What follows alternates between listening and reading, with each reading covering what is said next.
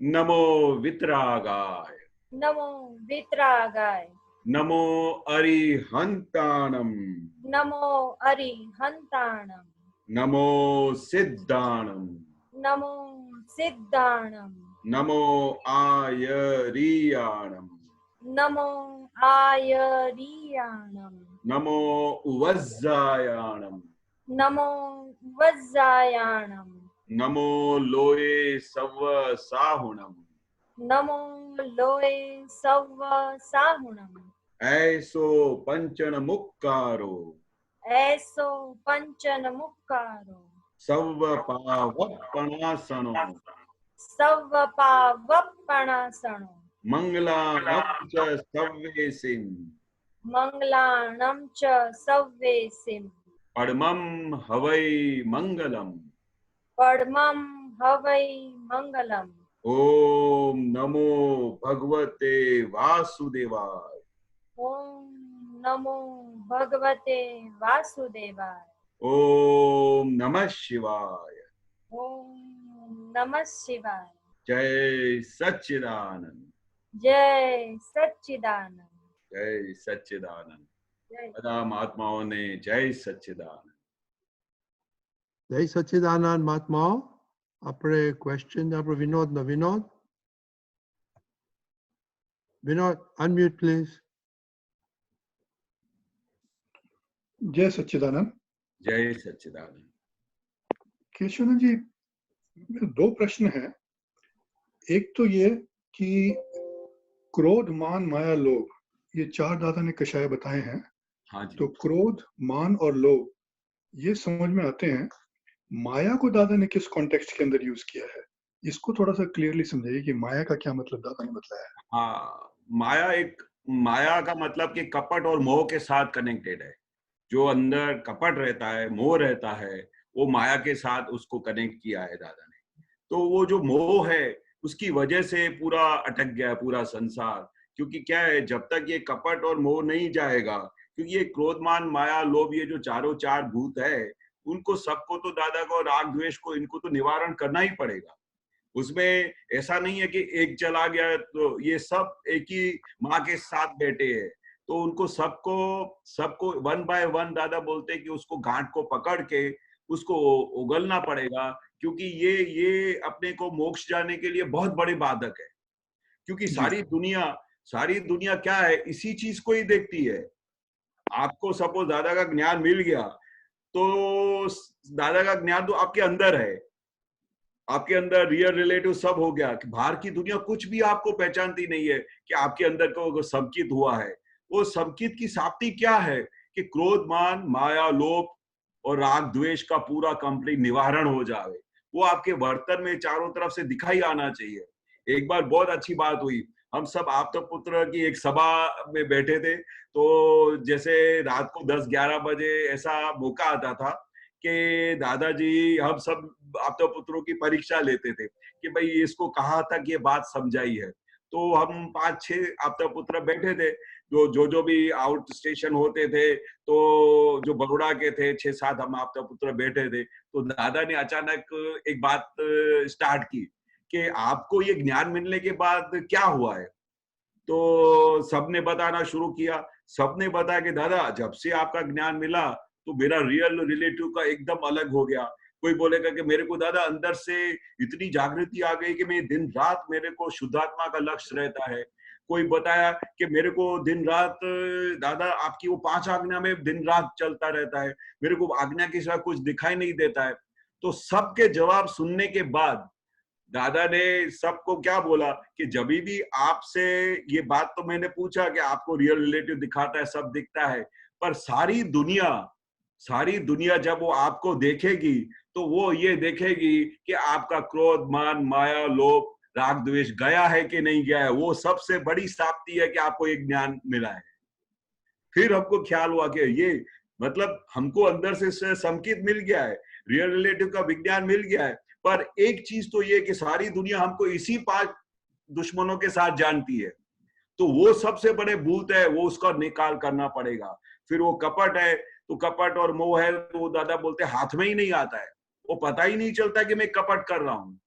इतनी बड़ी अंदर ये सब अंदर भूत बैठे हुए हैं कि जिनको दादा बोलते थे कि सामायिक में बैठ के एक एक घंटा बैठ के एक एक चीज को समझना पड़ेगा, उसको उगालना पड़ेगा।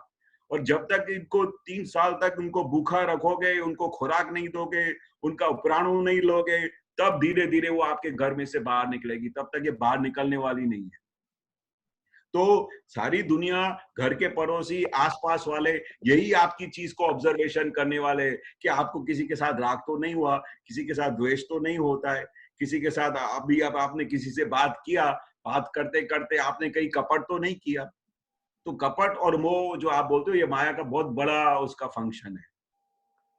तो ये जो इसका जो आपने बताया कपट और मोह के साथ जुड़ा हुआ है माया, हाँ, तो उसका क्या मतलब क्या है? मतलब मुझे डिफरेंस समझ में नहीं आया कि उसको माया बोलते हैं, मोह और उसको माया। दादा ने उसको वो बताया कि भाई ये मोह है या कपट है, उसको माया ही बोला जाता है। वो माया है, वो हमको पूरा कैसे उसका आंखों पे पर्दा आ जाता है। मोह चढ़ता है तो कैसा अंधकार आ जाता है, कपट होता है तो कैसा अंधकार आ जाता है।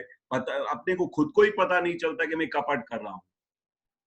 तो उसको ये बहुत बड़ी माया बोला है। ये माया है, इतनी बड़ी माया कि आदमी वो जैसे दादा नहीं बोलते थे कि भाई अगर आप इधर सत्संग में बैठे हो तो माया आपके वहां पर दरवाजे पे खड़ी हो जाती है और इस दादा के सत्संग के हॉल में आती ही नहीं है। तो दादा ने पूछा कि ये माया ऐसी क्या चीज है? बोलते वो माया इतनी बड़ी चीज है कि आप यहाँ से बाहर निकले नहीं को 2 मिनट में आपका मोह चालू हो जाएगा।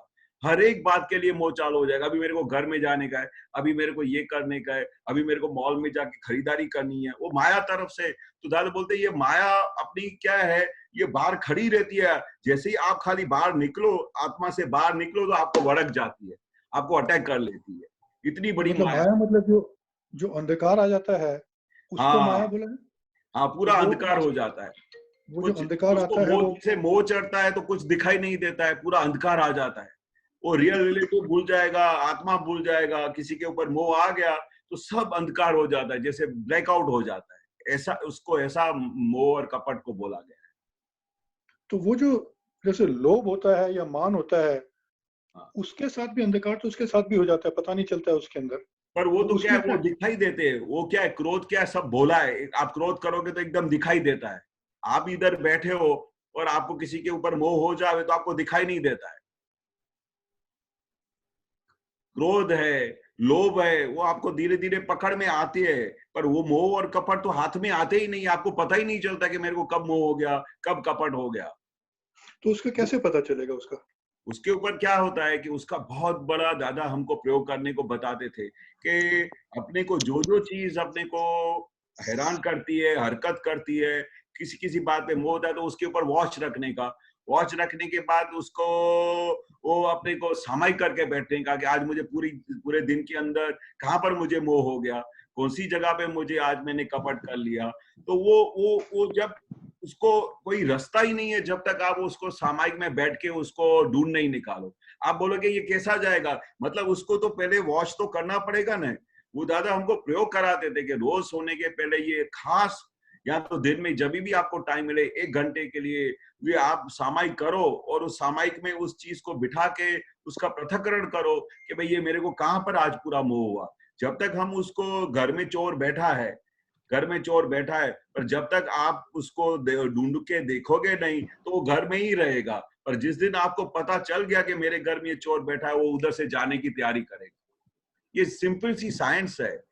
पर अगर आप उसको ऊपर जानकारी नहीं रखोगे, आपको पता ही नहीं चलेगा कि आपके अंदर घर में चोर बैठा है, तो आप उसको, वो अपने घर में उधर बैठ के मजा करेगा, आनंद करेगा, खाएगा पिएगा और बढ़ता जाएगा, तगड़ा होता जाएगा। पर जब तक आप उसको ढूंढोगे नहीं और ढूंढोगे, आपको पता चलेगा कि ये मेरे घर में अंदर चोर बैठा है, वो ऑन द स्पॉट आपका घर खाली करके जाएगा। आपको पता चलेगा कि अरे अभी ये जगह पे मुझे कपट होता है, ये जगह पे मुझे मोह होता है। वो पकड़ में आएगा। बिना बिना कुछ पुरुषार्थ किए कुछ चीज नहीं मिलने वाली है। हम अभी पुरुष हो गए, अभी हमको पुरुषार्थ करना हमारे हाथ में है।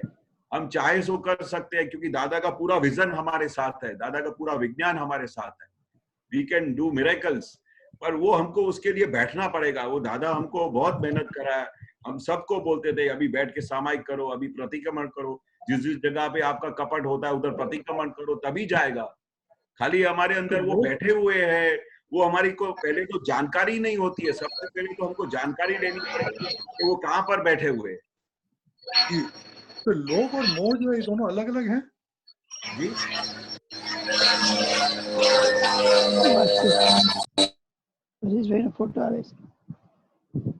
क्या बोल रहे हैं? ये आवाज नहीं आ रहा है। लोभ और मोह ये दोनों अलग अलग हैं। हाँ, लोभ और मोह दोनों अलग चीज है। लोभ तो ऐसा चीज है कि आपको हाथ में नहीं आए, वो उसके ऊपर बहुत बड़ा वॉच रखना पड़े। इसलिए दादा ने ऐसा भी बोला कि लोभ ही एक ऐसी चीज है कि एंड में अपने को मोक्ष में जाने के लिए बहुत बड़ी बाधक है, बहुत बड़ा बाधक है, और एंड में ही जाता है। और उसको लोभ को पकड़ में आना बहुत इंपॉर्टेंट है, क्योंकि लोभ ऐसा है ना कि अपने को पूरा अंधकार हो जाता है, वो पता भी नहीं चलता कि मैं लोभ में बैठा हुआ हूँ। वो उसके लिए भी दादा बोलते हैं कि ये जो काम, क्रोध, लोभ, मोह, अहंकार और राग द्वेष है ना, वो आपको इजीली नहीं हाथ में आएंगे। उनके ऊपर आपको उसको सामायिक में बैठ के उसको एक एक को पकड़ में आना पड़ेगा। आपको एक एक दिन का एविडेंस इकट्ठा करना पड़ेगा और देखना पड़ेगा कि आज पूरे दिन में आपने कहां पर लोभ किया, कौन सी जगह पे आपने लोभ किया। खाते समय लोभ किया, कुछ बाहर से सब्जी मंगाने गए वहां पर लोभ किया, किसी के साथ पैसे के व्यवहार में लोभ किया, इधर कुछ देने का था उधर उसका आधा पैसा दिया, कहां पर क्या किया आपने। तो वो जब तक हम उसको वॉच में हाथ में नहीं आएगा तब तक वो जाएगा नहीं। अपने को तो पता भी नहीं चलता है। जैसे दादा दादा ने एक बार मेरे को ही पूछा कि भाई केशव का बोल लोभ तो चला गया है। मैं बोला दादा पता नहीं चलता है, मैं बहुत बार ढूंढता हूँ कि मेरे को अंदर लोभ है कि नहीं है। तो वो उसका पूरा एक बार एविडेंस बन गया। मैं दादाजी को बार बार ऐसा बोलता था कि दादाजी जो भी लक्ष्मी, दादा ने एक बार क्या बोला कि नेसेसिटी सिवाय की जो भी लक्ष्मी आती है, नेसेसिटी सिवाय की जो भी लक्ष्मी हम यूज करते हैं वो गटर में जाती है। तो ये दादा का सेंटेंस मुझे बहुत एक्सेप्ट हुआ माइंड में कि भाई हमारे घर में जो खाने पीने का जो पैसा है उसके अलावा हम अगर कहीं और भी पैसा हम मौज मस्ती में डालते हैं या जो नेसेसिटी के सिवाय पैसा डाल दिया तो वो गटर में जाता है। तो क्या करना चाहिए? तो दादा बोला उसका पैसे का सदुपयोग करना चाहिए। जहां पर बहुत जरूरी है, जहां पर कोई सिमंदर स्वामी का देरासर बनता है तो उधर देना चाहिए। जो जहां पर बहुत नेसेसिटी के सिवा वहां पर पैसा खर्चना चाहिए। तो हम ऐसा दादाजी की एक सेंटेंस पकड़ के उसके बाद में चल पड़े थे कि हम खाली ऐसा बोलते रहते थे कि भाई नेसेसिटी सिवाय का जितना भी पैसा हम खर्च करते गटर में जाता है। दादा ऐसी शक्ति देना कि मैं पैसा का सब सदुपयोग करूं, पैसे का मैं उसका सदुपयोग करके अच्छी जगह पे दूं जहां पर उसका जरूरत है, और अपने लिए नहीं वापरूं, खुद के लिए नहीं वापरूं। अभी ये क्या था कि मेरा कहीं से भी हाथ छूटता नहीं था, कहीं भी पैसा देने का हो तो नहीं छूटता था। फिर एक दिन दादा ने बोला कि तू बार बार तो चिट्ठी लिख के देता है कि नेसेसिटी सिवाय का पैसा गटर में जाता है, उसका पैसे का सदुपयोग होना चाहिए, ऐसी जगह पे जाना चाहिए, और तेरा तो सदुपयोग तो कुछ होता ही नहीं है, तो ये लेटर लिखना बंद कर दे। ऐसा दादा ने मेरे को झटका दिया, क्योंकि ये तो ज्ञानी पुरुष की बहुत बड़ी कृपा हो जावे तभी जाके ये ऐसा भूत कभी निकले, बाकी तो इसको निकालने के लिए बहुत हैंडल मारना पड़ता है। इसलिए तो दादा ने बोला कि लोभ सबसे एंड में जाता है, उसको बहुत उसको स्टडी करना पड़ता है। फिर दादा ने जब ये ऐसा बोला कि भाई ये तो लोभ है जो तेरे को पैसा देने देता नहीं है, तुम्हारे पास पैसा है पर तुमको देने में देता नहीं, तभी फर्स्ट टाइम मेरे हाथ से पैसे निकले। मैंने उस जमाने में, बहुत टाइम हो गया, उस जमाने में अक्रम विज्ञान के लिए, आपतपुत्र के लिए मेरा फर्स्ट टाइम पैसा हाथ में से छूटा। तब से पता चला कि ओ माय गॉड, हम सिर्फ खाली ऐसा बोलते रहते हैं कि मेरे को लोभ नहीं है, मेरे को बस पैसा सदुपयोग में करना है, पर पैसा तो छूटता तो है नहीं, एक पैसा हाथ से छूटता नहीं है। किसी दान में किधर भी पैसा छूटता नहीं है, उधर भी कैलकुलेशन करेगा। कोई गरीब आदमी आएगा तो उसके सामने बोलेगा कि भाई ये 10 रुपया मांगता है, 5 रुपया मांगता है, तो फिर उसको 5 रुपया देने के लिए भी मन में क्या विचार आएगा कि ये सारा 5 रुपया लेके तो जाएगा, फिर ये पैसे सब भीख मांग मांग के फिर जाके दारू पिएगा। अरे फिर तुमको वो जब ऐसा तुम पहले से ही इमेजिन कर डालते हो, और इसी वजह से आपसे वो 5 रुपया भी दिया नहीं जाता एक गरीब आदमी को। उसके लिए भी बुद्धि ये बताती है कि भाई ये तो जाके उधर दारू पिएगा। इसलिए वो लोभ क्या है कि वो हाथ से जाता ही नहीं है। इसलिए दादा ने एक बार एक महात्मा को एक रास्ता बताया, उसका लोभ जाता नहीं था, तो उसको बोला कि तू उस जमाने में 1-1 रुपए का इतना बड़ा चिल्लर वो बना के 2 पॉकेट में डाल दे, और 2 पॉकेट में डाले और दोनों पॉकेट के नीचे काना कर दे, उसको इतना नीचे से काट दे, तो जब तू सुबह को वॉक करने को जाता है ना, तो वो तेरा रुपया रुपया एक एक गिरता जाएगा, तेरा हाथ से तो वो लोभ जाता नहीं है। तो दादा ने एक ऐसा महात्मा को आइडिया बताया कि रोज तू वॉक करने को जाया कर और इतना बड़ा 100 रुपए का चिल्लर बना के, एक एक रुपए का वो जो सिक्का आता है वो पॉकेट में डाल के रियल रिलेटिव देखता जाने का और उधर चिंता नहीं करने का, वो पैसा तेरा सब खाली हो जाए, फिर घर आने का, फिर दूसरे दिन करने का। तो वो बोलता है कि 3-4 दिन के बाद तो वो उसका वो बंद हो गया। दादा से पूछा नहीं कि भाई कब बंद करूं, पर वो 4 दिन के बाद उसको लगा कि मेरा रोज पैसा जाता है, ऐसे ही जाता है। तो बोला रोब कैसे जाएगा, जब तक तुमको दादा ने ना बोला था तब तक तेरे को करना चाहिए था। तो बोले ऐसा लोभ है। चौथे दिन बोलेगा ये तो मेरा रोज कितना पैसा चला जाएगा। अरे पर ये लोभ जाने के लिए तो दादा ने रास्ता बताया था कि इस तरह से तेरा लोभ जाएगा। तो रुपया रुपया तो दे नहीं सकता है, किसी को 100 रुपया दान नहीं दे सकता, ऐसा ही समझ के तेरे से दान हो रहा है। पर लोभ ऐसी चीज है, वो पकड़ में नहीं आती है इजीली। ये मोह के थोड़े एग्जाम्पल बताएंगे जिससे वो पकड़ में आए, उसको हम समझ सकें कि हमारे अंदर मोह कहाँ कहाँ पर और कैसे होता है। मोह तो अभी सुबह से लेके शाम तक आप देखो, आपका मकान है, मकान में कुछ गड़बड़ हो गया या किसी पड़ोसी ने उधर आके उधर पानी फेंक दिया तो उधर अंदर से बड़तरा चालू हो जाएगा। अभी आपके घर में इटालियन का सोफा है, इटालियन का सोफा आपने मंगाया 4 लाख रुपया खर्च के, उधर आपके बच्चे ने किसी ने ऐसा चीर मार दिया तो दिन रात ये क्या कर दिया, उसके अंदर इतना मोह के पूछो नहीं। मोह ऐसा है कि अभी जैसे लेडीज है, अभी इधर मॉडल में शॉपिंग करने को गई, उधर किसी पुतले के ऊपर एक साड़ी देखी कि 20,000 रुपए का साड़ी है, तो देखते ही उधर मोह अटक गया। फिर वो किचन में बैठी होगी तो भी उसको वो साड़ी याद आएगी कि वो मैंने साड़ी देखी थी ना, वो खरीदने जैसी है, वो बहुत अच्छी है।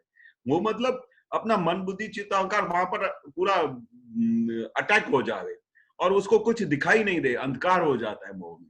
ऐसे ऐसे दिन रात गाड़ी में कोई क्रैच आ गया तो सीधा उधर बुमा बुम हो जावे कि भाई ये क्या हो गया, मेरी मर्सिडीज गाड़ी को ऐसा कर दिया वैसा कर दिया। मतलब हर एक चीज में मोह, कपड़ों में मोह, कौन सी बात में मोह नहीं होता है, हर एक जगह पे। अच्छा ड्रेस आ गया तो ये मैं बाद में पहनूंगा, ये तो मेरे को जब किसी की शादी में पहनूंगा। अरे कपड़े का भी मोह होता है, कितने कपड़े का मोह, एकदम वार्डरोब इतना भर जाता है कि वो उसको कपड़े खाली करने में दम निकल जाए पूरा जिंदगी। और एक ड्रेस पहना तो फिर उसके बाद दूसरा ड्रेस, फिर तीसरा ड्रेस, पर मतलब उसके ऊपर मोह में ही पूरा अंधकार चला जाता है आदमी।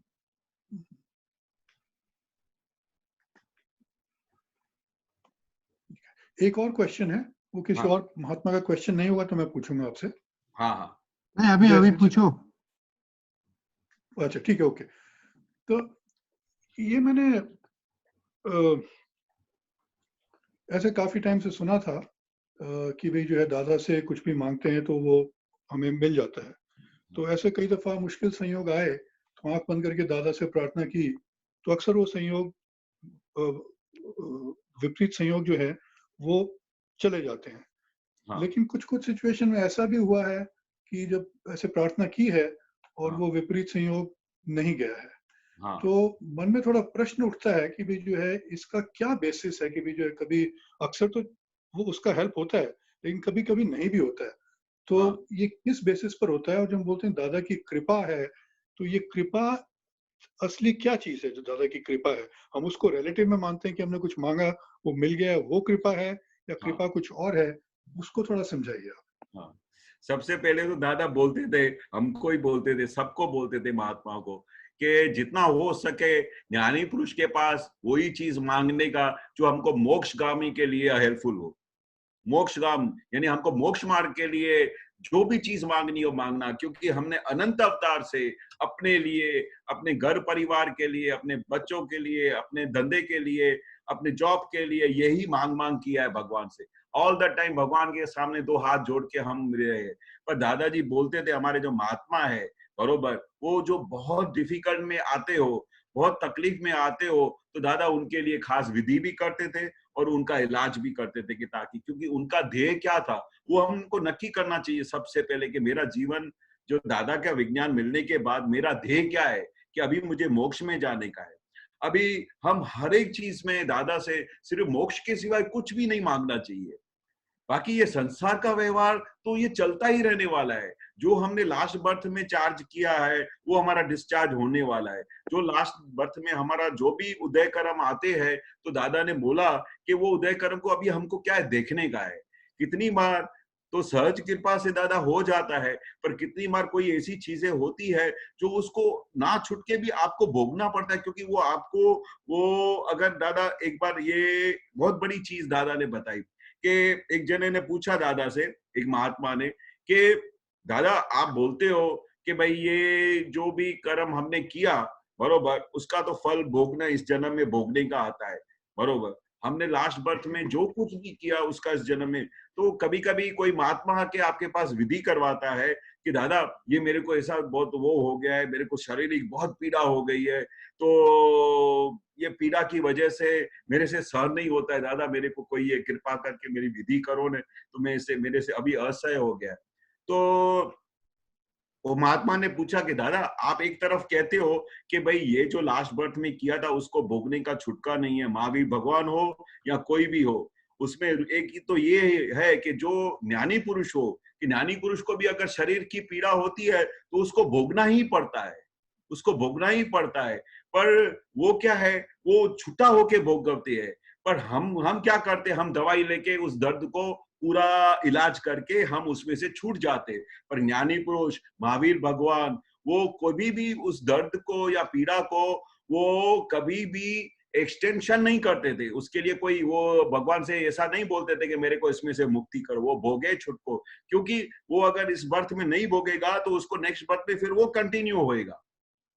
तो ये साइंस तो सबको दादा ने बताई थी। तो दादा ने उसने जब ये महात्मा ने प्रश्न पूछा कि भाई दादाजी आप एक तरफ बोलते हो कि ज्ञानी पुरुष हो, भगवान महावीर स्वामी हो, उसको भोग ही छुटको, जो उसको वेदना है वो वेदना को सहन ही करना पड़ता है, भोगना ही पड़ता है, ऊपर वो छुट्टा होके करते हैं और उसको देख के करके करते हैं। पर जो हमारा जो ये हमारे महात्मा है, उनका पुठिया अभी ऐसा इतना कमजोर हो चुका है और इतने वो तकलीफ में है, तो हम उनका विधि करके उनका वो इलाज कर देते हैं ताकि वो अभी मोक्ष मार्ग में आगे चले। फिर नेक्स्ट बर्थ में जो उसका ये जो दर्द कंटिन्यू होने वाला है या वापस आने वाला है, वो उधर बाद में देखा जाएगा। वो उस समय उसको इतना ज्ञान की प्रोग्रेस हो चुकी होगी कि वो उस समय छुट्टा होके देख सकेगा। पर इस भाव में अभी उसकी ताकत नहीं है कि इतना दर्द वो सहन कर सके, इसलिए हम उसका विधि करते हैं। अभी ज्ञानी पुरुष तो कृपा के पात्र है, अगर आप उनके पास हाथ जोड़ के जाओगे, पर कभी कभी कोई ऐसा संयोग है कि उसको आपको भोगना ही पड़े ताकि वो नेक्स्ट बर्थ में एक्सटेंशन नहीं हो और इजी हो, तो उधर उस समय वो आपको ज्ञान की जागृति करवाता है, ज्ञान की आपको समझ दिलाता है कि भाई क्यों नहीं हो रहा है, क्योंकि ये मेरा हिसाब है, उसको भोग दूं तो अच्छा है, इसलिए मेरी ज्ञान की प्रगति होगी, मैं छुट्टा होके देख सकूंगा। तो ये जो भी दर्द आता है, जो भी तकलीफ आता है, भले दादा आपने मेरे पे वो मेरा सहयोग पेंडिंग रहा, पर इससे मेरे को ज्ञान की प्रोग्रेस होती है, क्योंकि ये तो दादा का रहस्य है। वो दादा क्यों नहीं उस बात को पूरा करेंगे, या उसका भी टाइम पूरा नहीं हुआ होगा, अभी उसका संयोग वो जो द्रव्य क्षेत्र काल भाव सब इकट्ठे नहीं हुए होंगे उस टाइम को पूरा होने के लिए। इसलिए तो दादा कितनी बार ये भी बोलते थे ना कि कभी जो कितने कभी के ऐसे ऐसे दोष हो जाते हैं जिसको 1-1 लाख के लेयर्स होते हैं, तो उसको कितना उसको 1-1 लाख बार उसको प्रतिक्रमण करना पड़ता है। तो जब इतना टाइम पूरा हो जाएगा उसके बाद आपका काम हो जाएगा। तो दोनों बातें हैं, एक तो अपने को हमारी परीक्षा हो रही है कि हम कितना ज्ञान में आगे आ रहे हैं। जिस समय कोई ऐसा अतिशय संयोग आ जाता है जिसकी वजह से हमको तकलीफ होती है, तो उस समय अपने को ज्ञान की भी जागृति होती है कि किसको ये दर्द हो रहा है। आप कौन है, आप तो शुद्ध आत्मा है, ये तो पड़ोसी को तकलीफ हो रही है। तो उल्टा उस समय नहीं भी होता हो तो हमको खुश होना चाहिए कि आज मेरी लॉटरी लगी, आज मेरे को तप करने का टाइम आया। उल्टा आपके ज्ञान की प्रगति होगी कि अगर जो आपके कहने के मुताबिक जो भी आपकी बात पेंडिंग रही है, तो वो उसका 2-3 तरह से देखने का नजरिया है। एक तो टाइम का पकने का राह देखो कि अभी उसका अभी इतना प्रतिक्रमण नहीं हुआ है, अभी उसका काल नहीं पहुंचा है, अभी उसका टाइम पहुंचेगा। बाकी मैंने देखा है, मेरे सभी महात्माओं का अनुभव है, मेरा अकेले का नहीं है। हमने जब भी दादा को पुकारा है, हाँ अगर आप संसारिक चीजों के लिए मांग करोगे तो शायद दादा उधर अटक भी जाए, क्योंकि उस समय दादाजी ये नहीं बोलते हैं कि भाई संसार की चीजों के लिए आप मांग मांग करो। छोटी छोटी बात के लिए दादा का इमरजेंसी का जो चैन खींचते थे, तो वो बार बार छोटी छोटी बात के लिए नहीं करने गए। हाँ, आत्मा संबंधी जो शक्ति मांगनी है वो दादा कृपा करने को मांगते हैं। पर कितनी बार तो हमको डायरेक्ट भी बोलते हैं कि किस जन्म में पैसा आपने नहीं कमाया, पैसे के लिए इतना सब, खाने पीने के लिए पैसा बरोबर है ना, फिर अभी आपको लोभ होती है कि दादा मेरा धंधा बंद हो गया है, अभी धंधा बंद हो गया तो अच्छी बात है, अभी अभी ऐसे टाइम पे हम सत्संग करेंगे, जैसे अभी 2.5-3 महीने से ये कोरोना वायरस चल रहा है, तो दादा बोलने का इसमें से लाभालाभ की दृष्टि देखने की कि हमको कितना लाभ हो गया। एक तरफ से चलो धंधा नहीं हुआ, पर हमको कितना मौका मिला कि हम कितने अरबों रुपए का हमने कमानी किया, हमने कितने करोड़ों रुपया का कमानी किया, कि क्योंकि हमको ऐसा मौका ही नहीं मिलने वाला था कभी। हम कभी सत्संग के लिए कभी टाइम ही नहीं निकाल पाए थे इतना जितना अभी टाइम निकाला, तो हमको कितना फायदा हो गया। और रिलेटिव में भले नुकसान हुआ, पर रियल में हमको कितना फायदा हो गया। हमने कितने हमारे समाधान हो गए, हमको कितना ज्ञान की प्रगति हो गई, हमको टाइम मिला तो हमने कितने प्रतिक्रमण किए, कितने हमने सामायिक किए, कितनी हमने सत्साधन किए, कितनी हमारी भक्ति की। तो हमको वो लाभालाभ की दृष्टि देखने का। और ये दादा की साइंस ऐसी है ना कि कौन सी जगह पे क्या काम करने वाली है उसका साइंस में कोई हाथ नहीं डाल सका। जैसे भगवान के उसके अंदर क्या चलता है वो उसके अंदर कोई हाथ नहीं डाल सका, वैसे ये साइंस ऐसा है कि उसमें हम ढूंढ नहीं सकते कि क्यों वो हमारा कार्य टाइम पे नहीं हुआ, पर वो होगा जरूर। वो भी दादा देखते हैं कि आपको कितना आप उसके अंदर आपकी श्रद्धा है, आपको कितना उनके ऊपर विश्वास है, कितना आप वो राह देखते हैं। एक बार आपने बोल दिया कि दादा, पर उसका टाइम तो पकना चाहिए, उसका काल तो पकना चाहिए वो हैपनिंग होने के लिए। आपको क्या लगता है? ठीक बात है। तो इसमें कृपा जो यूज किया है वर्ड, कृपा का क्या मतलब है? कृपा यानी आप दादा के कहने के मुताबिक चलो, दादा की आज्ञा के मुताबिक चलो, तो दादा के 4 हाथ है। वो कृपा यानी आपके अंदर चाहे सो हो सकता है, ऐसी कृपा। दादा बोलते थे कि दादा खाली सर पे ऐसा हाथ रखते थे तो उनका काम हो जाता था। वो क्या था? वो कृपा का फल था। उनके ऊपर ऐसी कृपा हो जाती थी कि उसने ज्ञान भी नहीं लिया हो तो भी उसका काम हो जाता था।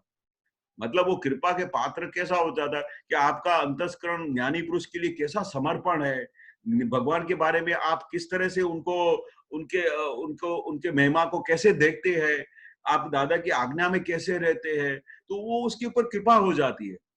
वो करनी नहीं पड़ती है। दादा बोलते थे कि दादा आप किसी के ऊपर बोलते हो कि ना पर मारी बहु कृपा थई गई, ऐसा गुजराती में बोलते हैं कि इसके ऊपर तो मेरी बहुत अच्छी कृपा हो गई। तो वो दादा उसका अंतस्करण जानते थे कि उसका कैसा भक्ति है, कैसा दादा के लिए भाव है, कैसे दादा के लिए अहो भाव है। तो जितना दादा के लिए आपको अहो भाव होएगा, जितना दादा के लिए आपको इतना भक्ति होगी, उतना दादा की कृपा बढ़ेगी, वो आपको अनुभव में आएगी।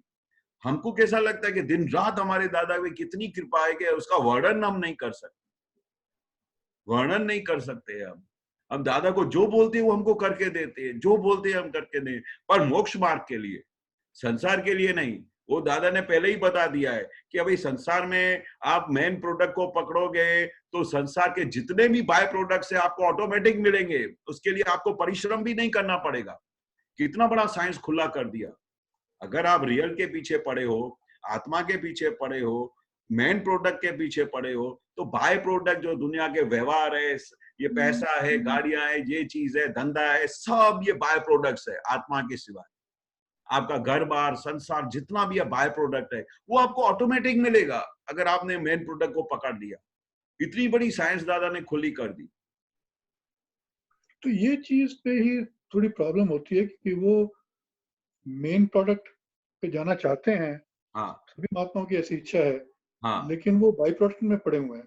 तो इसमें से कैसे उसको स्विच किया जाए कि भाई जो है मेन प्रोडक्ट पे ही नजर रहे और बाई प्रोडक्ट पे नजर ना रहे। कैसे हाँ, आपने इसको किया? वो दादा ने वो बोलना चाहिए ना, वो अपने आप को दादा ने बताया कि अगर मेन प्रोडक्ट आपके हाथ में आया, मेन प्रोडक्ट क्या है? आत्मा, जिसके लिए सब ज्ञानी पुरुष जो पहले भी होके गए उनको दिन रात आत्मा की सिवाय कुछ दिखाई नहीं देता था, कुछ दिखाई नहीं देता था, क्योंकि उनका आत्मा के लिए इतना वलन था, आत्मा की तरफ इतना अट्रैक्शन था कि उसका संसार की सब चीजें उनके सामने तुच्छ लगती थी। तो जब तक वो अपने को अंदर में उसका वैल्यूएशन नहीं आएगा आत्मा की तरफ का, वो मोक्ष के तरफ का उसका वैल्यूएशन नहीं आएगा, तब तक हमारा चित्त क्या दिन रात बाय प्रोडक्ट्स में पड़ा रहता है। वो हमेशा ऐसा ही रहेगा कि अगर मैं इधर ऐसा नहीं करूंगा तो ऐसा नहीं होगा, ऐसा मैं ब्रेन नहीं चलाऊंगा, या ऐसा मैं स्टेप नहीं लूंगा तो मेरा धंधा बंद हो जाएगा, ऐसा हो जाएगा। वो बोलते हैं कि वो सहज रीत है, वो ऑटोमेटिक हो ही रहा है। वो जो दादा ने बोलता कि जो भी जीव जन्म लेता है, जो भी जीव जन्म लेता है, ये बेसिकली उसको पता ही नहीं है, पर दादा ने खुला किया तो हमको पता चलता है कि क्यों मेन प्रोडक्ट के पीछे जाना चाहिए। कि जो भी जीव जन्म लेता है, वो जब जीता है तब से लेके जो अब तक वो अपना देह छोड़ता है, तब तक वो अपने आप वो सब लिखा के लेके आया है कि वो कैसे खाएगा, कहाँ रहेगा, किस हालत में रहेगा, कितना उसको पैसा चाहिएगा, कितना कैसे एटमॉस्फेयर में रहेगा, वो अपने आप से खाना पीना सब लिखा के लेके आया है। अभी ये जीव को क्या है, वो साइंस पता नहीं होने की वजह से उसको ऐसा लगता है कि मैं जब इतना मेहनत करता हूँ तभी पैसा आता है, जब मैं ये करता हूँ तभी ऐसा आता है। वो उसकी अज्ञान दशा में यही भरा हुआ है, क्योंकि अनादि से वही सिस्टम चलता आ रहा है। उसको ऐसा ही लग रहा है कि मैं कर रहा हूँ। ये तो अचानक दादा ने विज्ञान दिया और उसको पता चला कि भाई मैं नहीं करता हूँ, ये तो कोई व्यवस्थित शक्ति काम करती है, तभी हमको पता चलता है। नहीं तो ये ज्ञान नहीं हो तो तब तक हमको क्या लगता है कि मैं ही ऑफिस जाता हूँ, मैं ही मेहनत करता हूँ, मैं ही ये धंधा करता हूँ, मेरी वजह से ही ये फायदा हुआ, मैं नहीं ये करता तो ऐसा नहीं होता था। दिन रात ऐसा ही लगता है। तो इसकी वजह से क्या है, वो उसकी आदत पड़ी हुई है, अनादि का अभ्यास पड़ा हुआ है, इसलिए वो मैं और मेरा ही चलता रहता है। इसलिए दादा ने बोला कि ये तो मैंने आपको साइंस समझाई, तब आपको पता चला। और ये अगर हिंदुस्तान का जो भिखारी भी है ना, वो भी अपने साथ अपना खाना लेके आया है, तुम भी खाना लेके आए हो, तो फिर क्यों हाय हाय करते हो? ये तो सब बाय प्रोडक्ट्स है, तुम अपने साथ अपने पुण्य का हिसाब सब लेके आए हो। उसमें अभी करने का क्या है? उसमें अभी सब देखने का कि क्या हो रहा है सुबह से शाम तक। सुबह से शाम तक आपको सिर्फ अभी देखने का है। ये अभी तो पूरा हमारा लास्ट बर्थ का पिक्चर अभी रिलीज हो रहा है। एक बार पिक्चर बन गया तो उसके बाद फिर वो जब रिलीज होता है तो उसमें कुछ आप चेंज कर सकते हो। ये 3 घंटे का एक पिक्चर चलता है, हम थिएटर में पिक्चर देखने को जाते हैं, तो उस पिक्चर का जब वो पहले डायरेक्शन में तो पूरा मेहनत करना पड़ता है, सब डायरेक्शन करेगा, 2 साल लग गया पिक्चर बनाने में, वो पास्ट लास्ट बर्थ का हो गया। जब इस बर्थ में हमारा जब पिक्चर रिलीज होता है तो उसमें आप ऐसा कुछ क्वेश्चन करके वो चेंज कर सकते हो, क्योंकि अभी तो रिलीज हो गया है, वो डायरेक्शन हो गया था। तो वो रिलीज में आपको क्या मेहनत करनी है? जो मेहनत करनी थी वो लास्ट बर्थ में आपने एक पिक्चर डायरेक्शन कर डाली। अभी इस बर्थ में पिक्चर रिलीज हो गई है, तो उस रिलीज बर्थ में तो आपको सिर्फ देखना ही है ना कि अभी कैसे रिलीज हो रही है, कहाँ कहाँ पर मिस्टेक्स हुई है, कहाँ पर ये उसने गलत काम कर दिया। इस बर्थ में आपको ये देखना है। इसलिए अभी क्या है, हमारे को वो लक्ष्य, वो हमारा प्यार, हमारा जो धगस, वो जो हमारा लव आत्मा के लिए जो होना चाहिए, वो नहीं होने की वजह से हम बाहर की चीजों में, बाय प्रोडक्ट्स में हमारा चित्त चला जाता है। 2 चीजों की वजह से, एक तो अनादि की टेव, मैं करता हूँ, मैं करके आया हूँ, मेरे ही वजह से ये हो रहा है, और दूसरा अभी तक वो आत्मा का अभी सुख का वो अभी अट्रैक्शन आया नहीं है। और हम एक चीज बहुत अच्छी दादा की मानते थे, और दादा बोलते थे कि ज्ञानी पुरुष के एक भी वाक्य को आप त्रिकाल चौकड़ी नहीं मार सकते हो। तो एक बार आपने माइंड में ये लक्ष्य में डाल दिया कि दादा ने बोला है कि मेन प्रोडक्ट का तरफ ध्यान रखो, बाय प्रोडक्ट आपको ऑटोमेटिक मिलेगा। तो दादा ने कितने बर्थ का रिसर्च करके एक एक वाक्य बोला है। ऐसा ही नहीं बोला है कि मेन प्रोडक्ट के पीछे पढ़ो तो बाय प्रोडक्ट ऑटोमेटिक मिलेगा। ये ज्ञानी पुरुष का वाक्य है, उनका ऑथेंटिकेशन है, और उनके एक वाक्य के पीछे आप ब्लाइंडली चलोगे तो आपको धीरे धीरे उसका अनुभव होएगा। आप ये करके तो देखो। दादा बार बार बोलते थे कि मैं कितने लोगों को बताता हूं कि ऐसा करो, पर कोई भी करता नहीं है, करता नहीं है। करके तो देखो। मैं बोला है कि मेन प्रोडक्ट को पकड़ो, बाय प्रोडक्ट तो एक बार वो लक्ष्य तो करके देखो। आप दिन रात उपयोग में रहो, आप ये प्रयोग करके देखो कि आप दिन रात आप भी आत्मा में रहने को, आपको सुबह से लेके शाम तक ऑफिस में जाते हो, उधर रियल रिलेटिव देखने के लिए कोई आपको बाधक करता है कि क्यों देख रहे हो? वो आपका मेन प्रोडक्ट है। तो उसमें आप देखो कि आपने दिन सुबह से लेके शाम तक रियल रिलेटिव सब में देखा, और आत्मा की तरफ आपने काम किया, अंदर जो भी कुछ अतिक्रमण हुआ उसका आपने प्रतिक्रमण किया, तो आपने पूरा रियल की तरफ आप अपना प्रयोग रखा। सही है। तो ऐसा ये प्रयोग रखते रखते शाम तक उसका आप तारण निकालो, उसका आप पृथक्करण करो कि मेरे ये सब पूरा काम करने के बावजूद ये पूरा संसार चला कि नहीं चला, आपके बीवी बच्चों को खाना मिला कि नहीं मिला, आपका घर व्यवहार अच्छी तरह से पूरा हुआ कि नहीं हुआ।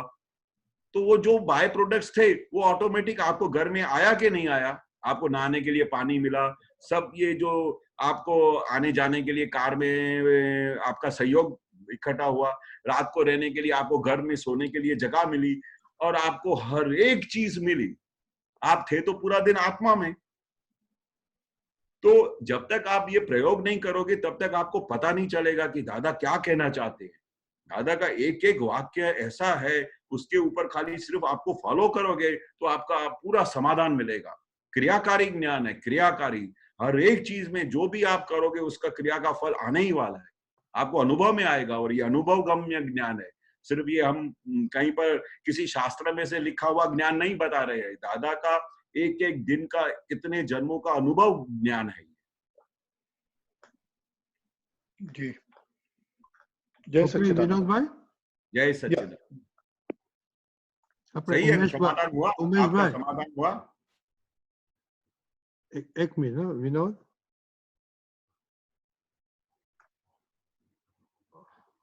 विनोद विनोद भाई, हाँ नहीं, अच्छा समाधान हुआ, आपने अच्छा समझाया। ओके। इसको अप्लाई करके देखने का है, तो वही हाँ। कोशिश करेंगे कि इसको अप्लाई कर सकें। हाँ, करके देखने का बहुत अच्छा लाभ होएगा, बहुत अच्छा। जी। हाँ, ઓકે ઉમેશભાઈ, પછી હેમાબેનનો ક્વેશ્ચન છે.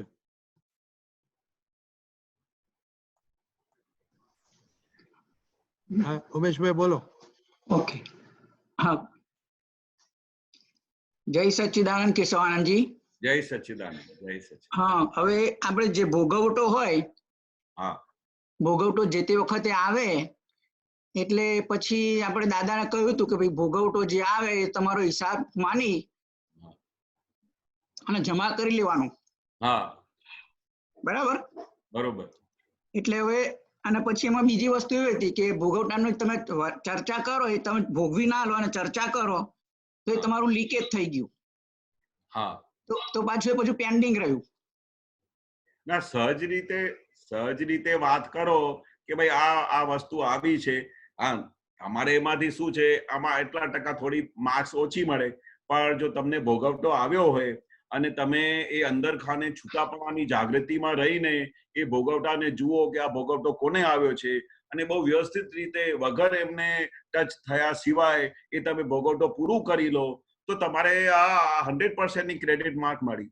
પણ તમે બધાની જોડે વાત કરો તો એમાં થોડીક માર્ક્સ ઓછી મળે, 10 માર્ક ઓછી મળે, 20 માર્ક ઓછી મળે.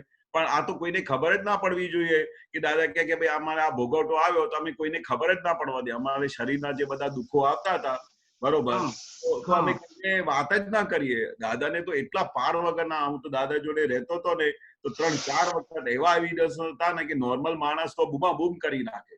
12 દિવસ દાદાને કમળી થઈ જતી, તો કમળી જયારે દાદાને થયેલી ત્યારે હું દાદાની જોડે જ બેઠો હતો. 12 દિવસ નોન સ્ટોપ દાદા આખી રાત સૂતા નહોતા અને કશું એક પાણી ખાલી પેલું જ્યુસ પીતા હતા, પણ બીજું કઈ ખાવાનું બધું બંધ હતું. શરીર આખું વીક થઈ ગયું અને શરીરની એટલી પીડા હતી કે રાત્રે સૂતા પણ નહીં. આમ પેલા 5-6-7 તકિયા મૂકીને આમ હાથ મૂકીને આખી રાત કાઢતા હતા. અને એ મેં જોયેલા. અને એ વખતે અમે બીજો કોઈ માણસ હોય ને તો બીજો કોઈ તો એમને એટલી બધી પીડા લાગે કે અમને જોતા અમે એવું થતું હતું. તો પોતે જયારે આવું થતું હોય, પણ તે વખતમાં મેં 12 દિવસમાં જયારે દાદા નહોતા જમ્યા ત્યારે મેં એક વખત પણ દાદાનું મુક્ત હાસ્ય ને ગાયબ થઈ ગયું હોય કે સિરિયસ થઈ ગયા હોય મેં એવું જોયેલું નહીં. બોલો. હા, એટલે દાદાના બધા પ્રસંગો સાંભળેલા ને સત્સંગમાં, એટલે મને વિચાર આવે કે દાદાની આગળ આપણો ભોગવટો તો કશું નહીં. આપણે તો જાણે વેઠી નહીં શકતા, શું જાણે કે મને ઓહો હો. એટલે મારે આની ચર્ચા નથી કરવી, પણ વિનોદભાઈએ જયારે વાત કરી ને એટલે મને યાદ આવ્યું. આમ તો મારા પ્લેટલેટ કાઉન્ટ છે ને, મને લગભગ 1 અઠવાડિયું થયું ડિટેક્ટ થયા. તે 12,000, પછી 20,000 અને 13,000. હા, એટલે પ્લેટલેટ કાઉન્ટ મારા ડાઉન થયા હતા. એટલે પછી અહીંયા આગળ તો એટલે મારા મિસિસ મેડિકલ પ્રોફેશનમાં છે, એને ચિંતા થવા માંડી કે છે કોકનું લોહી ચડાવવું પડશે અને આપણે કોઈકનું લોહી લેવું નથી. બરોબર.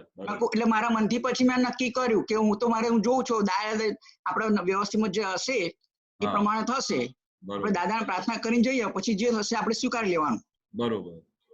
એટલે મને ડોક્ટરે પછી મને સલાહ આપી કે તમે હાઈ ડોઝના સ્ટીરોઇડના તમને એ લખી આપું છું.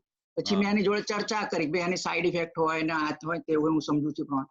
એટલે તો એને તો છૂટી ગયો કે તમારે નક્કી કરો, તમારે લેવી હોય તો લો, ના લેવી હોય તો હું તમને ફોર્સ નહીં કરતો. આ તમને પ્રિસ્ક્રિપ્શન આપ્યું એટલે મેં પછી લીધી નહીં, હું તો ઘેર આવતો રહ્યો. અને પછી ઘરે આ રીતના મારી મિસિસ જોડે વાત કરી અને પછી એને જોબે જવાનું એટલે જોબે ગઈ. પછી મેં રાત્રે યુટ્યુબ પર બધા જોયા, એમાંથી મને 2-4 વસ્તુ મળી. તો પપૈયાના પાન અને બીજું પપૈયાના પાન અહીં મળે નહીં એટલે બીજા ઉપચાર કર્યા ટૂંકમાં ઓલ્ટરનેટિવ. પછી એ દરમિયાનમાં ફેમિલી ડોક્ટર હોય એ મને પૂછે કે ત્યાં શું કર્યું, પછી તું એડમિટ થઈ ગયો? એટલે મેં કહ્યું ભાઈ અમારા નજીકની હોસ્પિટલમાં છે, હું કાલે જઈશ. બીજે દિવસે ગયો, પછી એની જોડે ચર્ચા કરી એટલે આ પ્રમાણે થયું. અને એને લખી આપી દવા ના લીધી મેં. અને પછી એના પછી એ હિમોટેરોલોજીસ્ટ ને પાછા એ રિફર કરે. એને જે એનો બહુ સ્પેશિયાલિસ્ટ ના હોય એટલે સ્પેશિયાલિસ્ટ ના હોય એટલે એને રિફર કરે. એટલે હિમોટેરોલોજીસ્ટ ને ત્યાંથી મને ફોન આવ્યો નર્સનો. એટલે શું કર્યું તો કે છે તારા માટે બહુ જરૂરી છે કે છે, ઇટ ઇઝ લાઈફ થ્રેટનિંગ કે છે, તને આમ થશે, પેલું થશે, ભલાણું થશે, તને અંદર બ્લીડિંગ થઈ જશે. તો એ મેં ના લીધી. પછી એને એપોઇન્ટમેન્ટ ડેટ આપી પછી કે આ દિવસે હું તો નર્સ છું પણ તારા ડોક્ટર સાથે એપોઇન્ટમેન્ટ છે, તું સોમવારે આવજે, તારું બ્લડ વર્ક લઈ. અને એટલે ટૂંકમાં આવી બધી હિસ્ટ્રી થઈ ને. અને પછી હવે છેવટે એને ફોર્સ કર્યો. એટલે પછી બીજા બધા મેડિકલ પ્રોફેશનલના ફેમિલીમાં ઓળખીતા હોય ને બધા સલાહ આપે, તમે લઈ લો કે કશું વાંધો ના આવ્યો, આમ છે તેમ છે. એટલે છેવટે ગઈકાલથી હજુ દવા શરૂ કરી. પણ કહેવાનો મતલબ કે આ ભોગવટો આવ્યો ને મારે ચર્ચા એની નથી કરી, પણ સંજોગો એવા આવ્યા કે પછી મારે આ બોલવું પડ્યું. પહેલી વસ્તુ. પછી બીજી વસ્તુ એનું કઈ વાંધો નથી, આપણે ચર્ચા કરીએ, કારણ કે એ તો ડિસ્કશન આપણે 3 ડોક્ટરનું રેફરન્સ લેવું પડે. આમ તો દાદાને આટલું બધી તકલીફ થતી તો કેટલા બધા ડોક્ટર્સ આવીને દાદાને કે દાદા તમારે આ લો તો સારું, કોઈ કે તમે હોમિયોપેથી લો તો સારું, કોઈ કે આ વૈદરાજની દવા લો તો સારું. તો દાદા કે આ દેહ મંદિર છે, આમાંથી બધાને લાભ થતું હોય તો આપણે આ દેહ મંદિરને સાચવવું, સારી રીતે સાચવવું. અમને બહુ કહેતા હતા કે તમારે આ બધું દેહ મંદિરને જેટલું સાચવશો એ બધાને કામ લાગશે. તો આપણે આ દેહ મંદિર છે એમ કરીને એની બહુ સારી રીતે દેખભાળ કરવાની, એની વ્યવસ્થિત રીતે 3 ડોક્ટર હોય તો અમને રિફર કરવાનું અને એને સાચવવાનું ખૂબ પ્રયાસ કરવાનું. કારણ કે આ તો પેલી જે લોકોને જ્ઞાન નથી મળ્યું, પણ આપણે તો જ્ઞાન મળ્યું છે. આપણે મોક્ષ માર્ગ ઉપર એક દિવસ અમારો આત્મા તરફ જાય અને અમે દાદાની ખૂબ ભક્તિ કરી શકીએ. એના માટે આ દેહ મંદિરની ખૂબ જરૂર છે અને એને સાચવવા માટે આપણે બધું પ્રયાસ કરવું પડે. મેં સમજ્યું કે આપણે તમે એ વાત કરો છો કે ભાઈ કોઈ વેદના થઈ હોય તો આપણે બધાને વાત કરી કે મને આમ થયું છે, મારે પેટમાં દુખે છે. તો એ વસ્તુ જુદી છે. ઘણાને બહુ ટેવ હોય છે કે દાદા આજે તો મને બહુ પેટમાં દુખે, દાદા મને આટલી પીડા થાય છે કે એની વર્ણન નથી થતું. પછી બધાને વાત કરે, વાઈફને વાત કરે, કોઈ ફ્રેન્ડ આવે તો એને આખો દિવસ બતાડ કરે. તો દાદા કે કોને થયું છે? આ તો આને થયું છે, ચંદુભાઈને થયું છે, તમે તો શુદ્ધાત્મા છો. એવી રીતે મનની અંદર જાગૃતિ લાવવી પડે અને એ જાગૃતિમાં રહ્યા પછી તમે છૂટાપડા રહી શકો અને એને જોઈ શકો એ પીડાને. એવું દાદાએ ગજબનું સાયન્સ આપેલું છે. દાદા પોતે એવી રીતે રહેતા હતા અને મહાત્માઓને એવી રીતે રાખેલા હતા. આપણે એક વડોદરામાં જ એક બનાવ બનેલો, રાજુભાઈ કરીને હતા, જે કેમિસ્ટ હતા, એ પેલી એની કેમિકલની ફેક્ટરી હતી, એમાં સ્લીપ થઈ ગયા તો આખું શરીર બળી ગયું પેલું કેમિકલમાં. અને એ કેટલું છૂટાપડા રહેલા આખું જીવન. અમને દાદાને અમને ડોક્ટરને પણ એવું કહેતા હતા કે ડોક્ટર એ પેલું એનેસ્થેસિયા આપતા હતા કે ભાઈ તને બેભાન કરવું પડશે, નહીં તો આ તમારી જે સડી ગઈ સ્કિન છે એને અમારે કાઢવી પડશે મોઢા પરથી બધેથી. પણ એ કહેતા હતા કે મારે એ એનેસ્થેસિયા આપશો નહીં, મારે જોવું છે અને મને કશું અસર થશે નહીં. એવી રીતે આખું એને જેટલા પણ ઓપરેશન કર્યા શરીરના એ વિધાઉટ એનેસ્થેસિયા લીધા સિવાય, અને પછી એ ડોક્ટર એમની ચામડી ખેંચીને આખું શરીર એમને બનાવ્યું. પણ એ વખતે એને નિરંતર જુદાપણું રહેતું હતું. એટલે એ દાદા એવું ગજબનું જ્ઞાન આપ્યું છે કે ગમે તેવી પીડા હોય તમે છૂટા રહી શકો છો. ગમે તેવી પીડા આવે, ગમે તેવા એવા સંજોગો આવી જાય. પણ આપણે પેલું જે ઘણાને ટેવ હોય છે કે મને આમ થયું છે, પછી બધાને બતાડ કરે. તો એ દાદા કે હવે એ આપણે શરીરનો ભોગવટો આવ્યો છે તો આપણે એને ભોગવી લો અને આપણું એને વ્યવસ્થિત રીતે સમાધાન કરો. જે ડોક્ટર કહેતા એનું કરો. આ દેહ મંદિર છે એને સાચવો. આપણે એની પાસેથી ખૂબ કામ લેવાનું છે, હજુ ખૂબ ભક્તિ કરવાની છે, આપણે દાદાના વિજ્ઞાનમાં હજુ પ્રોગ્રેસ કરવાની છે. એટલે એક એક દિવસ અમારું બહુ કિંમતી છે. એટલે એમાં કોઈ એટલે મને એવો વિચાર આવતો હતો કે આપણે એની ચર્ચા એમાં આ તો પ્રસંગ નીકળ્યો, સંજોગ આવ્યો એટલે મારે ત્યાર પછી નીકળી ગયું. બાકી મારી ઈચ્છા એવી હતી કે આની ચર્ચા કરી કે આપણે બધા મહાત્મા વચ્ચે એનો ચર્ચા કરવી કે આપણે સહાનુભૂતિ લેવાનું કઈ નથી ઉભું કરવું. ના બરોબર. એ તો અંદરખાને ખબર પડી જાય. આ આટલી બધી ડોક્ટરે પેલી લાઈફ થ્રેટનિંગ ની વસ્તુ આપી દે તો બહુ મોટી વસ્તુ છે. પણ એમાં તમે જુદા રહ્યા, એમાં જાગૃતિમાં રહ્યા અને તમને આ વિજ્ઞાન આખું ક્લિયર થઈ ગયું. એમાં તમે અમારા મહાત્માઓ સાથે શેર કરવું તો બહુ સારી વસ્તુ છે. ઉલટો આપણે કોઈ એમનાથી સારું કઈ ઈલાજ મળી જાય, કોઈ આમ આપણે ડાયરેક્શન આપી શકે અને આપણે એ તમારું પોઝિટિવ તરફનું વ્યૂ છે. એ કઈ તમારે એવું નથી કે તમે તમારી પીડા બતાવીને તમે પોતાને સહાનુભૂતિ લાવો છો કે એમની પાસેથી કઈ એ તમે લેવા માંગો છો કશું. એટલે એ એવું નથી. આ તો આપણા મહાત્માઓ તો ખુલ્લા હોય, બધી વાત કરે એકબીજા સાથે. ઉલટું દાદા પછી કેટલા મહાત્મા તો તમને વાત કરે કે તમને તો દાદાએ આટલી બધી વસ્તુ આપી છે, તમને આટલું બધું થાય છે તોય તમે છૂટા રહી શકો છો. આ તો આપણા માટે લોટરી લાગી. બરોબર. એવા સંયોગો આવી જાય તો આપણે એ વખતે કેટલું જ્ઞાન હાજર રહે છે એ આપણી મોટામાં મોટી દાદાએ ટેસ્ટિંગ મોકલાવી, આપણી લોટરી લાગી છે. એ વખતે આપણે કેવું અંદર રહે છે, આપણી પરિણીતિ કેવી રહે છે, છૂટાપણું કેવું રહે છે, એ બહુ ઇમ્પોર્ટન્ટ વસ્તુ છે. બાકી તમે ડોક્ટર સાથે આ બધું શેર કરો ટેકનિકલી અને આ બધી વસ્તુ, તો એમાં કોઈ હરકત નથી, એમાં કોઈ એ નથી.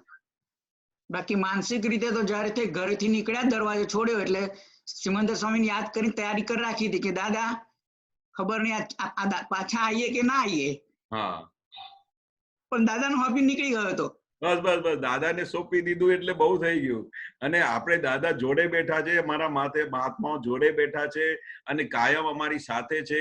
અને દાદા અમારા દરેક મહાત્માની ટેક કેર કરતા હતા.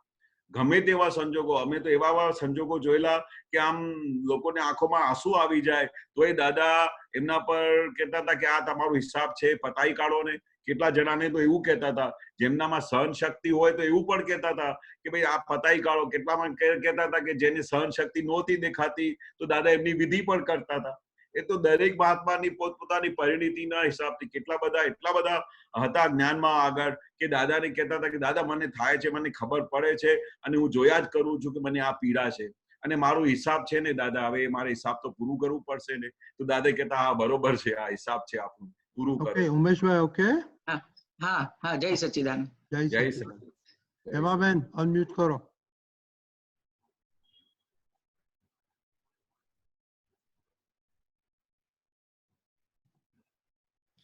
હેલો, જય સચ્ચિદાનંદ. જય સચ્ચિદાનંદ. જય સચ્ચિદાનંદ.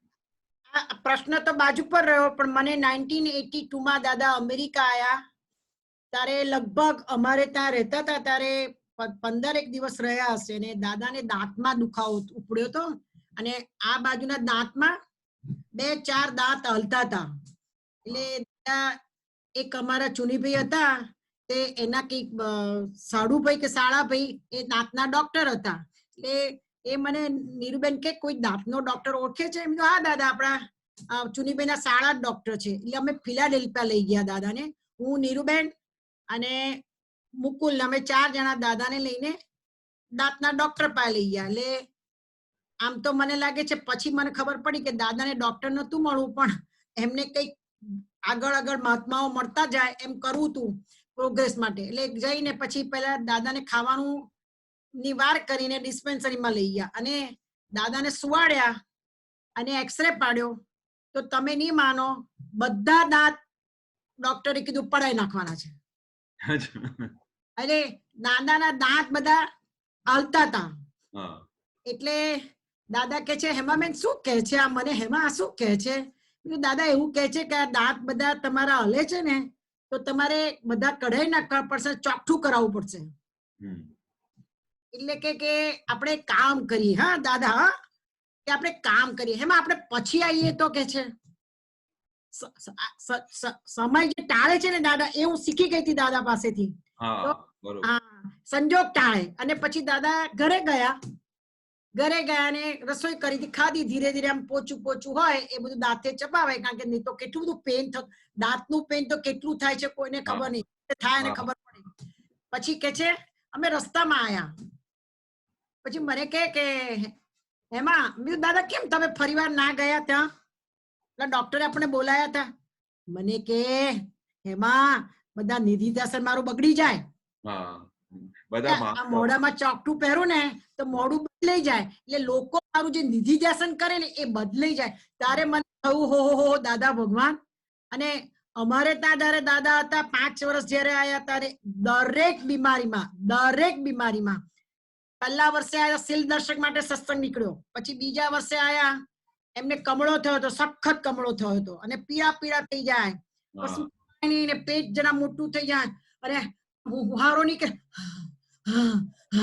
એવો બધો ઉહારો નીકળે, ખાય પીવે નહીં. એટલે મને એમ થાય કે દાદાને શું કરીએ, કારણ અહીંયા તો કોઈ ડોક્ટર મળે નહીં. તો જયેશ ડોક્ટર હતો, તો જયેશ કે છે દાદા તમને હોસ્પિટલમાં લઈ જઈએ. તમે હોસ્પિટલમાં લઈ ગયા દાદાને, અને સેન્ટ મેરી નું સ્ટેચ્યુ હતું, અને એની આગળ વ્હીલચેરમાં દાદાને બેસાડ્યા. તો પછી કે આપણે બ્લડ લેવું પડશે. હવે દાદા તો બ્લડ લે નહીં, બરોબર, અને ખબર હતી શું થયું છે, પણ બધા આપણા જયેશ ડોક્ટર ને કે આપણે ડોક્ટર છે ચલો લઈ જઈએ હોસ્પિટલ ની અંદર, એટલે લઈ ગયા. અને પછી દાદા આમ મેરીના સ્ટેચ્યુ નીચે બેઠા, એમાં અમેરિકન છોકરી આવી. આ સંજોગ કે જે ટાળે છે, એ છોકરી આવીને ઓનિયન રિંગ ખાતી હતી, એટલે તળેલી ઓનિયન હોય ને એના પર કોટેડ કરીને ભજીયા જેવી બનાવેલી એ ખાતી હતી. એટલે એને કે છે દાદા કે ટપલો માર્યો, જોતા હતા કે અને અસર થાય છે કે નહીં, એટલે ટપલો માર્યો, એટલે પછી હાથ ધર્યો દાદાએ, અને મારામાં ઓનિયન રિંગ હાથમાં મૂક, એટલે બિચારી 1 મૂકી, 2 મૂકી, 3 મૂકી, 4, આખું પેકેટ, નાનું પેકેટ હતું, ખાલી કરી દીધું. પછી એક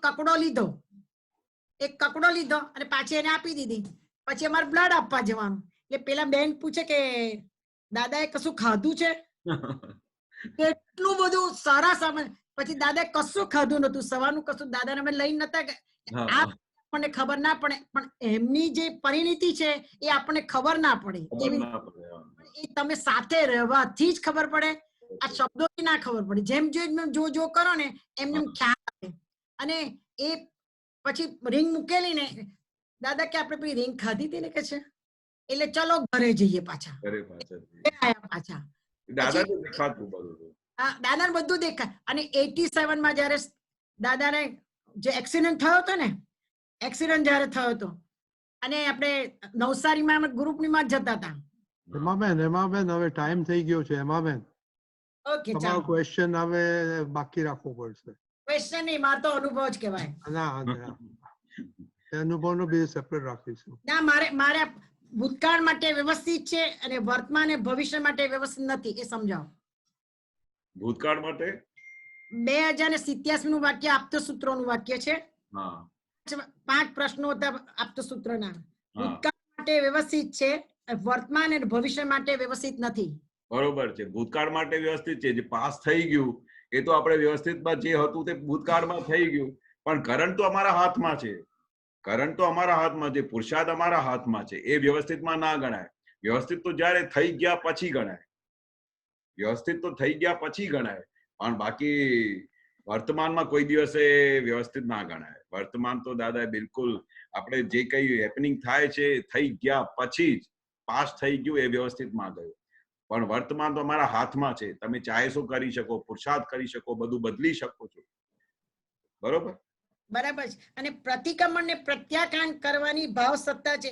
2093 વાક્ય, સૂત્ર 2093 વાક્ય, મનુષ્યના હાથમાં ભાવ સત્તા છે, પણ પ્રતિક્રમણ ને પ્રત્યાખ્યાન કરવાની સત્તા ભાવ સત્તા છે.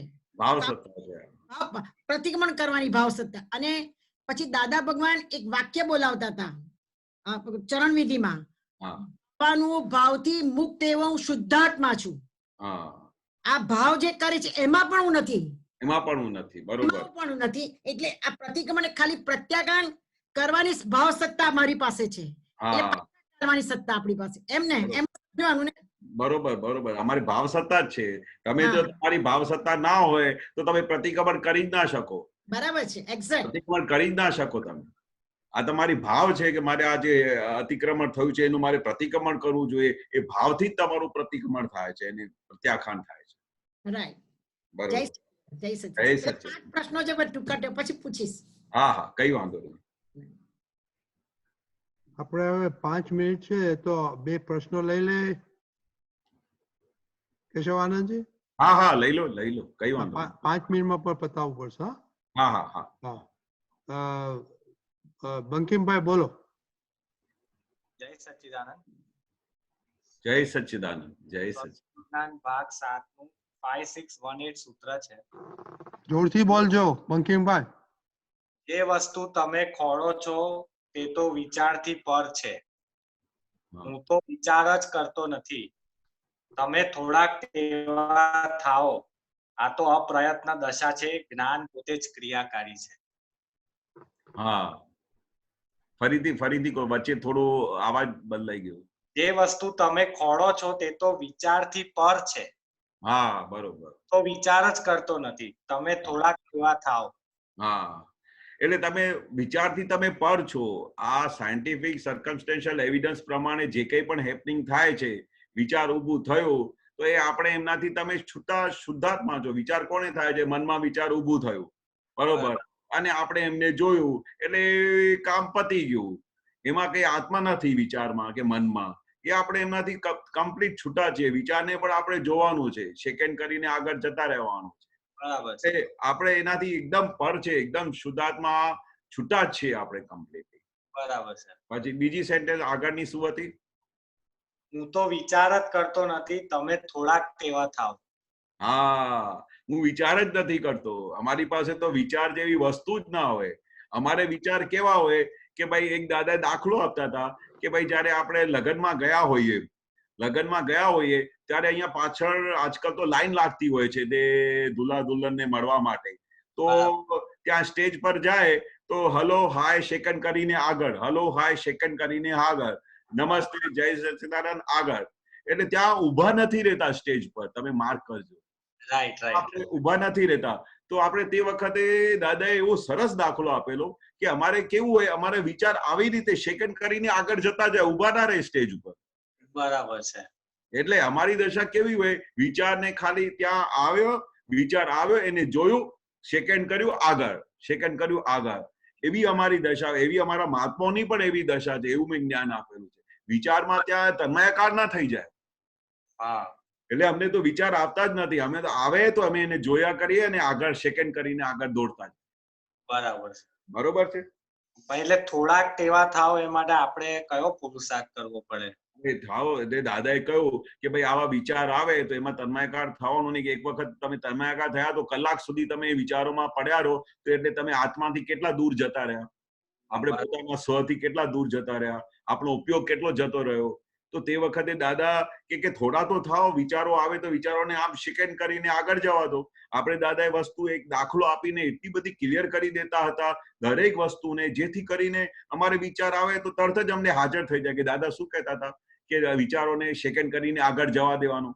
કારણ કે એક વખત આપણે તન્મયાકાર થઈ જઈશું તો આપણો આખો કલાક નીકળી જશે. અને વિચારોની તો દુનિયા એવી છે કે જો તમે એમના પર કંટ્રોલ ના રાખો ને તો 2 કલાક સુધી એમાં જ પડ્યા રહો.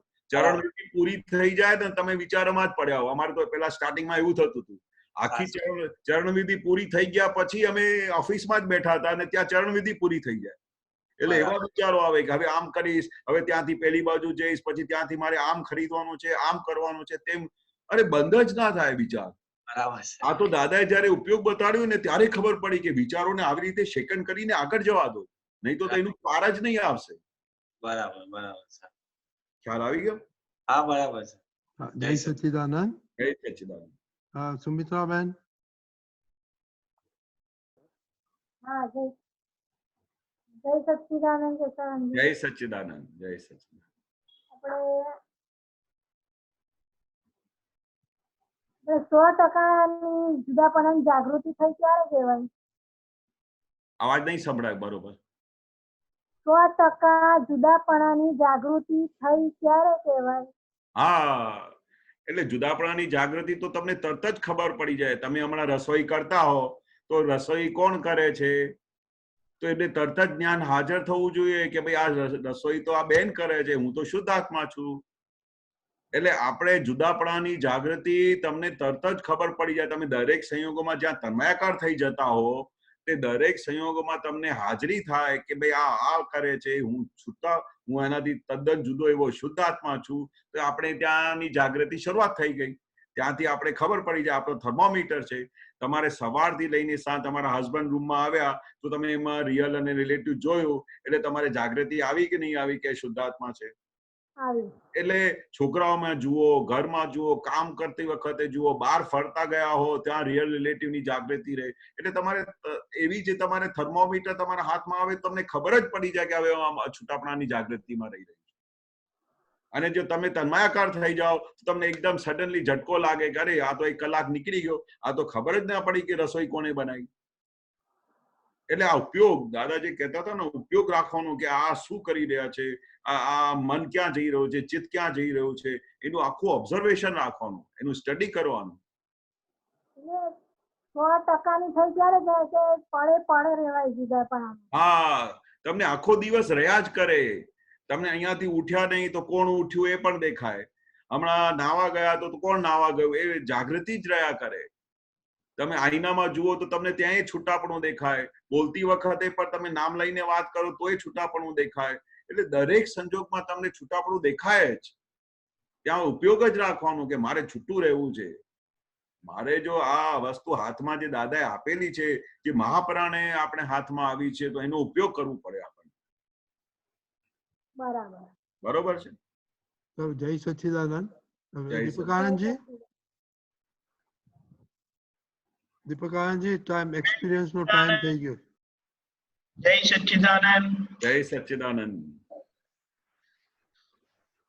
અરે આપણી વચ્ચે બીજા એક બ્રહ્મદેવ આવી રહ્યા છે.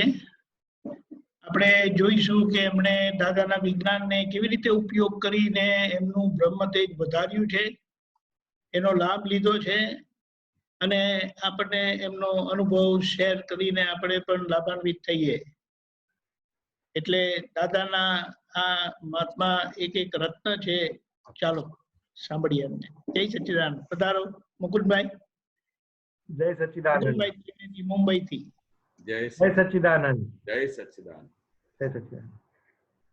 વર્તમાને ભરત ક્ષેત્રે પ્રવર્તમાન સર્વજ્ઞ શ્રી દાદા ભગવાનને નિશ્ચય નિર્ણયથી અભેદ ભાવે અનન્ય ભક્તિપૂર્વક નમસ્કાર કરું છું. હું મુકુંદ ત્રિવેદી મુંબઈમાં રહું છું. હાલ અમદાવાદમાં છું. સર્વે આપતપુત્રોને મારા હૃદયપૂર્વકના નમસ્કાર અને પ્રણામ, અને સર્વે મહાત્માઓને હૃદયપૂર્વકના જય સચ્ચિદાનંદ. જય સચ્ચિદાનંદ. જય સચ્ચિદાનંદ. હવે મારું નામ મુકુંદ ત્રિવેદી છે. 2005માં ફેબ્રુઆરી મહિનામાં કનુદાદાજી પાસે જ્ઞાન લેલું મુંબઈમાં. હવે બ્રાહ્મણની પ્રકૃતિ એટલે જ્ઞાન લેતા પહેલા સંધ્યા પૂજા, દેવદેવીઓની પૂજાઓ, શ્રી વેદાંતના, ભગવદ્ ગીતાના, બધાના ખૂબ ભાવથી હું પ્રયત્ન કરતો હતો એ બધી વસ્તુઓને સમજવાનો. 2005માં જ્યારે દાદાજીએ જ્ઞાન આપ્યું અને પછીના તરત જ સત્સંગમાં એક વાક્ય મને ભેગું થયું કે દાદાને નિરખ્યા કેડે આ જગતની કોઈ પણ ચીજ જોવા જેવી નથી. હવે આ વાક્ય અંદર ગુંજે રાખતું મને. અને પછી સંયોગો અનુસાર મે મહિનામાં, એટલે લગભગ 3 મહિનાના પીરિયડમાં અમારે કાશ્મીર જવાનું થયું. મારા એક મિત્રએ કહ્યું કે આપણે કાશ્મીર ફરવા જઈએ. એટલે મારું ફેમિલી અને એનું ફેમિલી એક ટૂરમાં અમે કાશ્મીર ફરવા ગયા. હવે કાશ્મીરમાં જતા પહેલા ઘરે હું અને મારા પત્ની બંને વાતો કરીએ કે આપણે આ કાશ્મીરની ફાઇલ આવી છે અને આ વ્યવસ્થિત આપણને આ હિસાબમાંથી છોડાવવા માટે લઈ જાય છે. કારણ કે આપણે હવે મોક્ષે જવું છે, તો આ બધી કાશ્મીરની ફાઇલો રહી જાય તો આપણે તો મોક્ષે ના જઈ શકીએ. અને એ પીરિયડ દરમિયાનમાં આ જે વાક્ય હતું કે દાદાને નિરખ્યા કેડે, એ અંદર ચાલુ ને ચાલુ જ રહે. હવે અમે કાશ્મીર ફરવા ગયા અને કાશ્મીરના આખા પીરિયડ દરમિયાન બારીમાંથી જે બધું સૌંદર્ય જોયું અને ભણવામાં આવેલું કે કાશ્મીર એ દુનિયાનું સ્વર્ગ છે, પણ આ જે દાદાનું વાક્ય એ જે અમારે જે સૌંદર્ય માણવાનું જે ભાવો હતા એની અંદર પંચર કરી નાખેલું, અને ખાલી જોયું માણી ના શક્યા, કારણ કે પેલું ઊભું થઈ રાખે કે દાદાને નિર્ખ્યા કેડિયા જગતની કોઈ ચીજ જોવા જેવી નથી. એ બહુ અમને કામ લાગ્યું. છેલ્લા ફેસમાં અમે લગભગ 2 દિવસની અંદર અમે મુંબઈ પાછા આવવાના હતા. એ સમયે જ્યાં અમારો હોલ્ટ હતો હોટલ ઉપર, એ હોટલથી અમારે એક સાઇટ સીઈંગ કરવા જવાનું હતું. તો એ સાઇટ સીઈંગમાં અમારા ટૂર ઓપરેટરે 2 ટેક્સીઓ બુક કરી, એકમાં બધા જેન્ટ્સ અને એકમાં બધા લેડીઝ. હવે આ 2 ટેક્સીઓ લઈને અમે તો ગયા એ સાઇટ સીઈંગ જોવા માટે. એ સાઇટ સીઈંગ જ્યાં અમારી ટેક્સી વહેલી ગયેલી હતી એટલે બધા ઉતર્યા ત્યારે મેં મિત્રોને કહ્યું કે તમે બધા એક બાજુ ઉભા રહો, હું તમારો ફોટો પાડું છું. અને હું સહેજ પાછળ ગયો અને ફોટો પાડવા જતા હું સહેજ પડી ગયો, અને પડી ગયો ત્યારે મારા કોણીનું હાડકું ભાંગી ગયું અને મને લાગ્યું કે કોઈ મેજર પ્રોબ્લેમ થઈ ગયો છે. એટલે મારી સાથે જે મારો મિત્ર આવેલો એણે કીધું કે શું થયું? મેં કીધું મને પ્રોબ્લેમ મોટો દેખાય છે. તો કે તો એક કામ કરીએ, આપણે આ ટેક્સીમાં પાછા આપણા હોટલની પાસે જઈએ અને હોટલવાળાને પૂછીએ કાંઈ ફેસિલિટી છે કરીને. તો ટેક્સીવાળાએ કહ્યું કે અહીંયા એક મિલિટરી બેઝ કેમ્પ છે તમારી હોટલની બાજુમાં જ, ડૉક્ટરનો, તો આપણે ત્યાં તમને હું લઈ જાઉં. એટલે અમે લોકો 2 જણા એ મિલિટરી કેમ્પની હોસ્પિટલમાં ગયા. હવે મિલિટરી કેમ્પની હોસ્પિટલમાં ગયો એટલે અંદર પેલું આવ્યું કે ઓહો દાદા, આ બધા શુદ્ધાત્મા જોવાના રહી જાત, મારો અહીંયાથી તો હિસાબ હતો, આ જગ્યાનો મને જો ભેગો ના થાત, જો હું પડ્યો ન હોત તો હોસ્પિટલમાં ના જાત. એ સ્થિતિએ ડૉક્ટરને મળ્યો. ડૉક્ટરે કીધું કે તમારો મેજર પ્રોબ્લેમ છે, તમારે શ્રીનગર જવું પડે, તમારું અહીંયા કાંઈ થાય નહીં. એટલે એને કીધું ઓકે ભાઈ. અમે હોટલ પર આવ્યા. હોટલ ઉપર હોટલવાળા ભાઈને કહ્યું કે હવે અમારે આ શ્રીનગર જવું છે તો કેવી રીતે કરશું? તો એણે કીધું કે અહીંયા ટેલિફોન લાઈન બધી બંધ છે, મોબાઈલ ટાવર્સ બધા બંધ છે, પણ હું તમને મારી બીજી હોટલ છે એનો તમને ડિટેલ્સ આપું છું અને હું પણ કોન્ટેક્ટ કરીશ કે ત્યાં તમારું બુકિંગ કરાવી આપીશ. અને એણે એક ટેક્સી મને બુક કરી આપી. એ ઓમની ટેક્સીમાં હું અને મારો મિત્ર કે હું પણ તારી સાથે આવીશ. હવે શ્રીનગર લગભગ 150 થી 200 કિલોમીટર દૂર, 6 કલાકનો રસ્તો. અમે લોકો ટેક્સીમાં બેઠા. ટેક્સી રસ્તો બહુ ખરાબ, ઉછળ થાય, હાથ આટલો ભાંગેલો, ધીરે ધીરે સોજો વધતો ગયો, પણ અંદરનું દાદા હાજર ને હાજર રહે અને આ વ્યવસ્થિત મારો હિસાબ પૂરો કરી રહ્યો છે એવું મને દેખાય. અને વ્યવસ્થિતમાં દેખાય કે આ મિલિટરીનો કેમ્પમાં મારો હિસાબ પૂરો થયો, હવે આ ટેક્સી વાળાનો હિસાબ ચાલુ થયો છે, સાથે આ મુકુંદભાઈનો દુઃખનો હિસાબ છે, આ સોજો વધતો જાય છે હિસાબ છે, આ ગાડી આટલી ઉછળી રહી છે. સાંજે 6 વાગે અમે શ્રીનગર પહોંચ્યા. એની ઓર્થોપેડિક હોસ્પિટલમાં પહોંચ્યા ત્યારનું દ્રશ્ય તો મેં ક્યારેય કલ્પના ન કરેલું એવું દ્રશ્ય હતું. અંદર ચીસો થાય અને બધા જે બુઢા લોકો કોઈ આવેલા પડેલા, લોકલ લોકો પડેલા, એ લોકોનું કંઈક બધી ટ્રીટમેન્ટ ચાલતી હતી. હું શાંતિથી એક જગ્યાએ બેઠેલો એટલે એક ડોક્ટર મારી પાસે આવ્યો. મને કે સાહેબ તમે અહીંયાના લાગતા નથી. મેં કહ્યું ભાઈ મુંબઈથી આવ્યો છું ને આવી રીતે પડી ગયો છું. તો મને કે મારી એક સલાહ માનશો, તમે મુંબઈ જતા રહો, તમે આ ટ્રીટમેન્ટ અહીંયા ના કરશો, તમને ડિફેક્ટ રહી જશે. તો મેં કીધું ભાઈ હું મુંબઈ જતો રહું પણ મને તો થોડુંક કાંઈક મને પાટોપિંડી કરી આપ સહેજ પકડમાં, કારણ કે આ પેન બહુ રહે છે. તો એણે મને ટાઈટ પાટો બાંધી આપ્યો અને મને કહ્યું કે તમે મુંબઈનો પ્રયત્ન કરો. હવે અમે લોકો જે ટેક્સી જે હોટલવાળાએ મને ત્યાંની હોટલનો એડ્રેસ આપેલું, અમે ત્યાં ગયા. તો ત્યાં જેવા પહોંચ્યા એવા હોટલ આખી ઓવરબુકડ અને પેલાનો કોઈ ફોન આવેલો નહીં. એટલે મેં ત્યાંના મેનેજરને કીધું કે ભાઈ મને એક રૂમ જોઈએ છે. મને કહે સાહેબ શું વાત કરો, આજે તો મેં મારી રૂમ પણ કોઈને આપી દીધી છે, એટલું બધું ઓવરબુક છે. તો મેં કીધું હવે શું કરી શકાશે? તો કે તમે અહીંયા બેસી રહો 1-2 કલાક અને પછી આ બધી અવર જવર બંધ થઈ જાય એટલે આપણે આ ટેબલ ખસેડીને 3 પાથરી પાથરી દઈશું અને અહીંયા સુઈ જવાનું. મેં કીધું ઓ દાદા, હા વ્યવસ્થિત છે, એ હાજર ને હાજર રહે, અંદર સેટ પણ ઊંચું નીચું નહીં, દુખાવો ખૂબ અને અંદર પાછું વ્યવસ્થિત હાજર રહે. હવે એ ભાઈને મેં કીધું કે હવે મારે મુંબઈ જવાનું છે, તો મારે કોઈ ફ્લાઇટની ટિકિટનું કાંઈ તું એરેન્જમેન્ટ કરી આપે, કારણ કે કાંઈ આપણી પાસે ત્યારે મોબાઈલ ચાલતા હતા નહીં. તો એણે કીધું કે આપણી હોટલની અંદર જ જેટ એરવેઝ વાળા ક્રૂ ઉતરેલા છે, હું હમણાં બોલાવું છું. એણે જેટ એરવેઝ વાળાને બોલાવ્યો કે ભાઈ આ ભાઈનો માટે કાંઈ વ્યવસ્થા થઈ શકે? તો કે લગભગ તો ફ્લાઇટ બધી અત્યારે સિઝનને લીધે ઓવર બુક છે બધી, પણ અમારી ફ્લાઇટ કાલની મુંબઈની જ છે અને એમાં એક સીટ અમારા ક્રૂ માટેની રિઝર્વડ હોય. તો જો ફૂલ હશે તો તમને અમારી સીટમાં બેસાડીને પણ કાલે લઈ જશું. એટલે મેં કીધું જો દાદા, પાછું આવ્યું, મારું અંદર કાંઈ ઊંચું નીચું થતું નથી, મારો કોઈ પ્રતિભાવ નથી, તો વ્યવસ્થિત પણ કેવું થાય છે. પછી પેલા ભાઈએ મને કહ્યું કે હવે આપણે નીચે પથારી પાથરીને સૂઈ જશું. એટલે મેં વિચાર કર્યો કે નીચે પથારી પાથરી તો હવે ઊભા થવામાં બહુ તકલીફ છે, કારણ કે ટેકો અપાશે નહીં, હાથ ભાંગેલો છે. તો પણ જોયું, મેં કીધું આ જેવી હિસાબ છે તમે પ્રેમથી ભોગવી લો. એટલે આખી રાત પેન રહ્યું, ઊંઘ આવી નહીં, પણ દાદા હાજર રહ્યા. સવારે મારા મિત્રને કીધું કે તું હવે પાછો જા, કારણ કે મારા પત્નીને બાળકને ખબર નથી કે મારી શું કન્ડિશન છે, કોઈ ફોન કોમ્યુનિકેશન છે નહીં, એ લોકોને ખબર પણ નથી કે હું અહીંયા આવી ગયો છું શ્રીનગર. એટલે એ જતો રહ્યો પાછો અને મને જેટ એરવેઝ વાળા એમની ટેક્સીમાં બેસાડી અને મને એરપોર્ટ લઈ ગયા. હવે એ ટાઈમે આતંકવાદનો બહુ મોટો પ્રોબ્લેમ, વચ્ચે વચ્ચે મિલિટરીનું ચેકઅપ બહુ રહે, લગભગ 6 ચેકિંગ હતું. એટલે જેટલી જગ્યાએ ચેકિંગ હોય તેટલી જગ્યાએ ટેક્સીમાંથી બધાએ ઉતરવાનું. પણ જેટ એરવેઝ વાળાએ મને કીધું કે તમે ઉતરતા નહીં. મિલિટરીના ભાઈને કે આ ઇન્જર્ડ ભાઈ છે, એમને ઉતરવાનું જરૂર નથી, તમારે અમારું જે ચેક કરવું એ કરી લો. છેક એરપોર્ટ સુધી કોઈ પણ ચેકિંગ વગર એરપોર્ટની અંદર મને એ જેટ એરવેઝનો ક્રૂ લઈ ગયો. પછી મને કીધું તમે અહીંયા બેસી જાઓ અને હું તમારી ટિકિટ કરીને આવું છું. પાછા દાદા હાજર થઈ ગયા. ત્યાં હું જરા પણ ઊંચું નીચું નથી કરતો, તો વ્યવસ્થિત બધું મારું કરે છે. એ જેટ એરવેઝ વાળો ભાઈ મારી ટિકિટ લાવી અને મને સૌથી પહેલા ફ્લાઇટની અંદર બેસાડી ગયો. હવે ફ્લાઇટ હતી શ્રીનગર દિલ્હી, દિલ્હી મુંબઈ.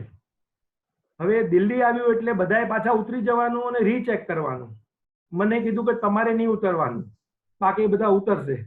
પાછા દાદા હાજર કે ઓ દાદા, હું કશું ઊંચું નીચું નથી કરતો, તો બધું વ્યવસ્થિત ચાલે છે. મુંબઈ પહોંચ્યો, મારો ભાઈ આવેલો મને લેવા માટે, એ બહુ ટેન્શનમાં, અને હું બહાર આવ્યો એકદમ સ્વસ્થ.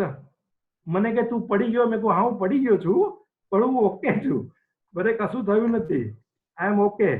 મને સીધો હોસ્પિટલમાં લઈ ગયા, હોસ્પિટલમાં દાખલ કર્યો. બીજે દિવસે મારું ઓપરેશન હતું. હવે ઓપરેશન કરતા પહેલા અંદર હું શુદ્ધાત્મા ચાલતું હતું, અને ઓપરેશન કર્યા પછી જ્યારે મને એનેસ્થેસિયા હજી મારું પૂરું નહોતું થયું અને બહાર આવ્યો, ત્યારે મારા ફેમિલી વાળા બધા કે તું શુદ્ધાત્મા બોલતો હતો. ત્યારે મને થયું કે આ દાદાજી અંદર મને જે શુદ્ધાત્મા પદ આપ્યું, એ આ આખું શરીર બેશુદ્ધ, આખું અંતઃકરણ બેશુદ્ધ, અને છતાં પણ અંદર એ જાગૃત કોણ હતો. ત્યારે કવિરાજનું પદ મને તરત જ યાદ આવી ગયું કે હું તારી મહી બેહી ગયો છું, અંદર દાદા બોલે છે, મારી અંદર બેહી ગયેલા દાદા ભગવાન બોલે છે. આ મને અનુભવ એટલો બધો સરસ થયો કે ત્યારે મને લાગ્યું કે વ્યવસ્થિતની આજ્ઞા જો હાજર ને હાજર રહે તો એક પણ ચિંતા થતી નથી, અને એક પણ ચિંતા ના થઈ તો મને કોઈ ભય ન રહ્યો. મને કોઈ ભય ન રહ્યો તો વ્યવસ્થિત મારું આખું બધો સંયોગ જે પણ નેગેટિવ હતો એ મારો પોઝિટિવ થઈને ઉભો રહ્યો. એ સ્થૂળમાં મને બેનિફિટ થયો એ જોવા માટે નહોતો માંગતો, પણ વ્યવસ્થિત તમે જો હાથ ઘાલતા નથી તો તમને એક પૂરા સંયોગમાંથી છોડાવી દે છે. અને મારી આખી જે આ અંદરની ભાવ હતો કે મારો આ કાશ્મીરનો સંયોગ પૂરો થઈ જાય, એ મને લાગ્યું કે કાશ્મીરનો સંયોગ મારો નાને કરીને પૂરો થઈ ગયો છે. જય સચ્ચિદાનંદ. જય સચ્ચિદાનંદ. બહુ સરસ. જય સચ્ચિદાનંદ. જય સચ્ચિદાનંદ. બ્રહ્મતેજભાઈ વખાણવા જેવું જ છે, કોઈ બે મત નથી. અને એવા બ્રહ્મતેજ વાળા દાદા આપણને મળેલા છે જેમના પૂર્ણપણે પ્રગટ થયેલા અને આપણી અંદર કેવા પ્રગટ કરી આપ્યા કે ક્યારેય ગેરહાજર થાય નહીં, અને આપણે જેટલા શ્રદ્ધાથી વિશ્વાસથી એમને રાખ્યા હાજર આજ્ઞા કરીને, કે આપણને કીધું કે છેક મોક્ષે જતા સુધી વ્યવસ્થિત બધું તમારું ટેક કેર કરશે, તો કે મારે શું કરવાનું થાય, તમારે કશું નહીં કરવાનું, તમે જોયા કરવાનું. અને જોયા કરવાનું એટલે એમ કીધું કે જે જ્ઞાન આપ્યું છે ને એ સમજણ આપી છે, પણ એ મારી સમજણ છે અનુભવેલી. હવે તમે જોશો એટલે એ સમજણ તમારી થશે, તમને સમજાશે કે કઈ રીતે આ વ્યવસ્થિત કામ કરે છે. દાદાએ તો કીધું પણ તમને વિશ્વાસ બેસી ગયો કે નો, વ્યવસ્થિત જ રાખે છે. એટલે અહીંયા આપણને પાક્કા કરી દીધા. આ તમારા અનુભવે અમને બળ આપ્યું, કારણ કે અનુભવ છે ને, અનુભવના શબ્દ એ બોલાવાતા નથી હોતા, બોલવાના નથી હોતા, એ તો નીકળી પડે છે. એટલે આજે તમે વાત કરી કે ક્યારે પણ ગેરહાજર નહીં રહી, કાયમના હાજર એવા દાદા, અને આજ્ઞા કરીને જે વ્યવસ્થિતથી તમે વાત કરી, વન્ડરફુલ. અને કીધું તમે કે હવે આપણે શું રહ્યું, તો કે જ્યાં પણ ગયા ત્યાં કશું માણ્યું નહીં તમે. એટલે કે આ બધા ભોગવટા આયા, પણ એ ભોગવટાને તમે સારી રીતે જોયો કે આ વ્યવસ્થિત નો હિસાબ અહીંયા પૂરો. ઓહો આ વ્યવસ્થિત, ઓહો આ વ્યવસ્થિત. પણ જુઓ કેવા અનુસંધાન મળી રહી છે. આપણે આજ્ઞાને આધીન રહ્યા તો છેક લગી આપણી સેફ સાઈડ છે. એટલે દાદાએ કીધું જ્ઞાને કરીને હું હાજર રહું છું અંદર, હવે આજ્ઞાએ કરીને આપણે એમને હાજર રાખીએ તો ત્યાં એ દાદા આપણો વ્યવહાર સંભાળી લેશે. જય સચ્ચિદાનંદ. બહુ સરસ Mukundbhai, thank you so much. જય સચ્ચિદાનંદ મુકુંદભાઈ, બહુ સરસ એક્સપિરિયન્સ તમારો. અને હવે કેશવરામજી, તમારે 2 મિનિટમાં તમારો કંઈક એક્સપિરિયન્સ, અંદરનું પરિવર્તન તમારું કેવું થયું એ કહો, પછી આપણે ત્રિમંત્ર બોલાવીએ. હા, પરિવર્તન તો દરેક ક્ષણે દાદાના જ્ઞાન મળ્યા પછી એવરીડે નું પરિવર્તન થતું હતું. ઘરમાં આટલું મોટું પરિવાર, અને પછી દાદાના એવરી ટાઈમના પેલા જે દાખલાઓ આપતા હતા, કારણ કે આખી દાદાની જે સાયન્સ છે ને દાખલા ઉપર હતી, તો એ દરેક ક્ષણે અમને દાખલો આપીને દાદા એ વસ્તુને પૂરું ઘેર બેસાડતા હતા. હવે ઘણી વખતે અમને લાગે કે ભાઈ આ દાદા કેવી રીતે બધું આ બોલતા હશે, શું કરતા હશે, કે જેની સાંભળીને એકદમ આખું પરિવર્તન થઈ જતું હશે. તો એક વખતનું બનાવ બનેલું, તો અમે અહીંયા જે ગઈ વખતે મેં વાત કરી, તો દાદા વારે ઘડી અમારા છોકરાઓને બધાને એક એવિડન્સ આપીને બધી સાવચેતી કરાવતા હતા કે આવું પણ બની શકે છે. તો એક વખત, ઘણી વખતે તો આખા સત્સંગની અંદર કેશવ નામનો એક જ વ્યક્તિ હતો, કેશવ પોતે. તો ઘણી વખતે દાદા કેશવ કરીને જ વાત કરે. તો એક વખત પેલું બનાવ બતાવતા હતા કે એક અમારા ગામમાં છે ને કેશવલાલ કરીને હતા. એટલે હું વિચાર કરું કે દાદા પેલા કેશવલાલ ની વાત છે એનું નામ હશે કે નહીં, કે મારા માટે વાત કરે છે. તો એક વખત અમારા ગામમાં એક કેશવલાલ કરીને હતા, તે એમને છે ને બહુ વૈરાગ હતું. તો એને પણ ના છૂટકે લગ્ન કર્યા, અને લગ્ન કર્યા પછી એને 2-3 છોકરા થયા, છોકરી થઈ, પણ એનાથી પછી એક દિવસ પેલું બરદાશ્ત નહોતું થયું. તો એક વખત એ દિલ્હી જતા રહ્યા, કોઈ સંત પાસે જઈને બેસી ગયા. તો સંત પાસે તો જઈને બેસી ગયા, પણ એમના વાઇફ જરા જબરા હતા, કેશવલાલના વાઇફ. તો વારે ઘડી કેશવલાલ કરે. તો મેં કહ્યું દાદા કે મારા માટે દાખલો આપે છે કે શું છે? તે કેશવલાલના વાઇફ એવા હતા જબરા, તે એક દિવસ શોધી કાઢ્યો કે પેલા મારા જે હસબન્ડ છે તે ગયા ક્યાં. તે ત્યાં ફરતા ફરતા પૂછતા ત્યાં પહોંચી ગયા. તો પહોંચી ગયા અને ત્યાં સુધી શોધી કાઢ્યું કે આ તો અહીં જગ્યા બેઠા છે. તો ત્યાં જઈને એમને કાન પકડ્યું કે તમે આ સંસાર માંડ્યું, આ છોકરાઓ માંડ્યા, અને આ બધું છોડીને તમે અહીંયા ક્યાંથી આવી ગયા છો? તો કે હમણાં ને હમણાં ચાલો. તો ત્યાં પેલા જે વખતે ત્યાંથી લઈ જતા હતા, તો ત્યાં પેલા સંતે કહ્યું કે એમને કપડાં તો બદલવા દો. કે નહીં, કપડાં નહીં બદલવા દો, આમને આવી રીતે જ લઈ જવું છે મારે, અને ત્યાં આખી દુનિયાને બતાડવું છે કે આ સંસાર માંડ્યા પછી કેવી રીતે આ ઘર બાર છોડી શકે છે. એટલે આવી રીતે એ કેશવલાલ પાછા ગયા અને પછી એમને વૈરાગ તો બહુ થતું હતું, પણ એક વખતે સંસાર માંડ્યો તો હવે છૂટાય કેવી રીતે? તો પછી અમને ક્લિક થાય કે દાદા આવું પણ થતું હોય છે. ચાલો અંદર ખાને વૈરાગ થતું હોય અને પછી એક વખત દિલ્હીના લડ્ડુ ખાય તોય પછતાય, ના ખાય તોય પછતાય. એટલે દાદા આવી રીતે અમને બધું સાવચેત કરીને દાખલો આપીને સાચવતા. બહુ સરસ, બહુ સરસ. આપણે ત્રિમંત્ર બોલાવો અને મુકુંદભાઈ ત્રિમંત્ર એમની સાથે બોલજો. હો.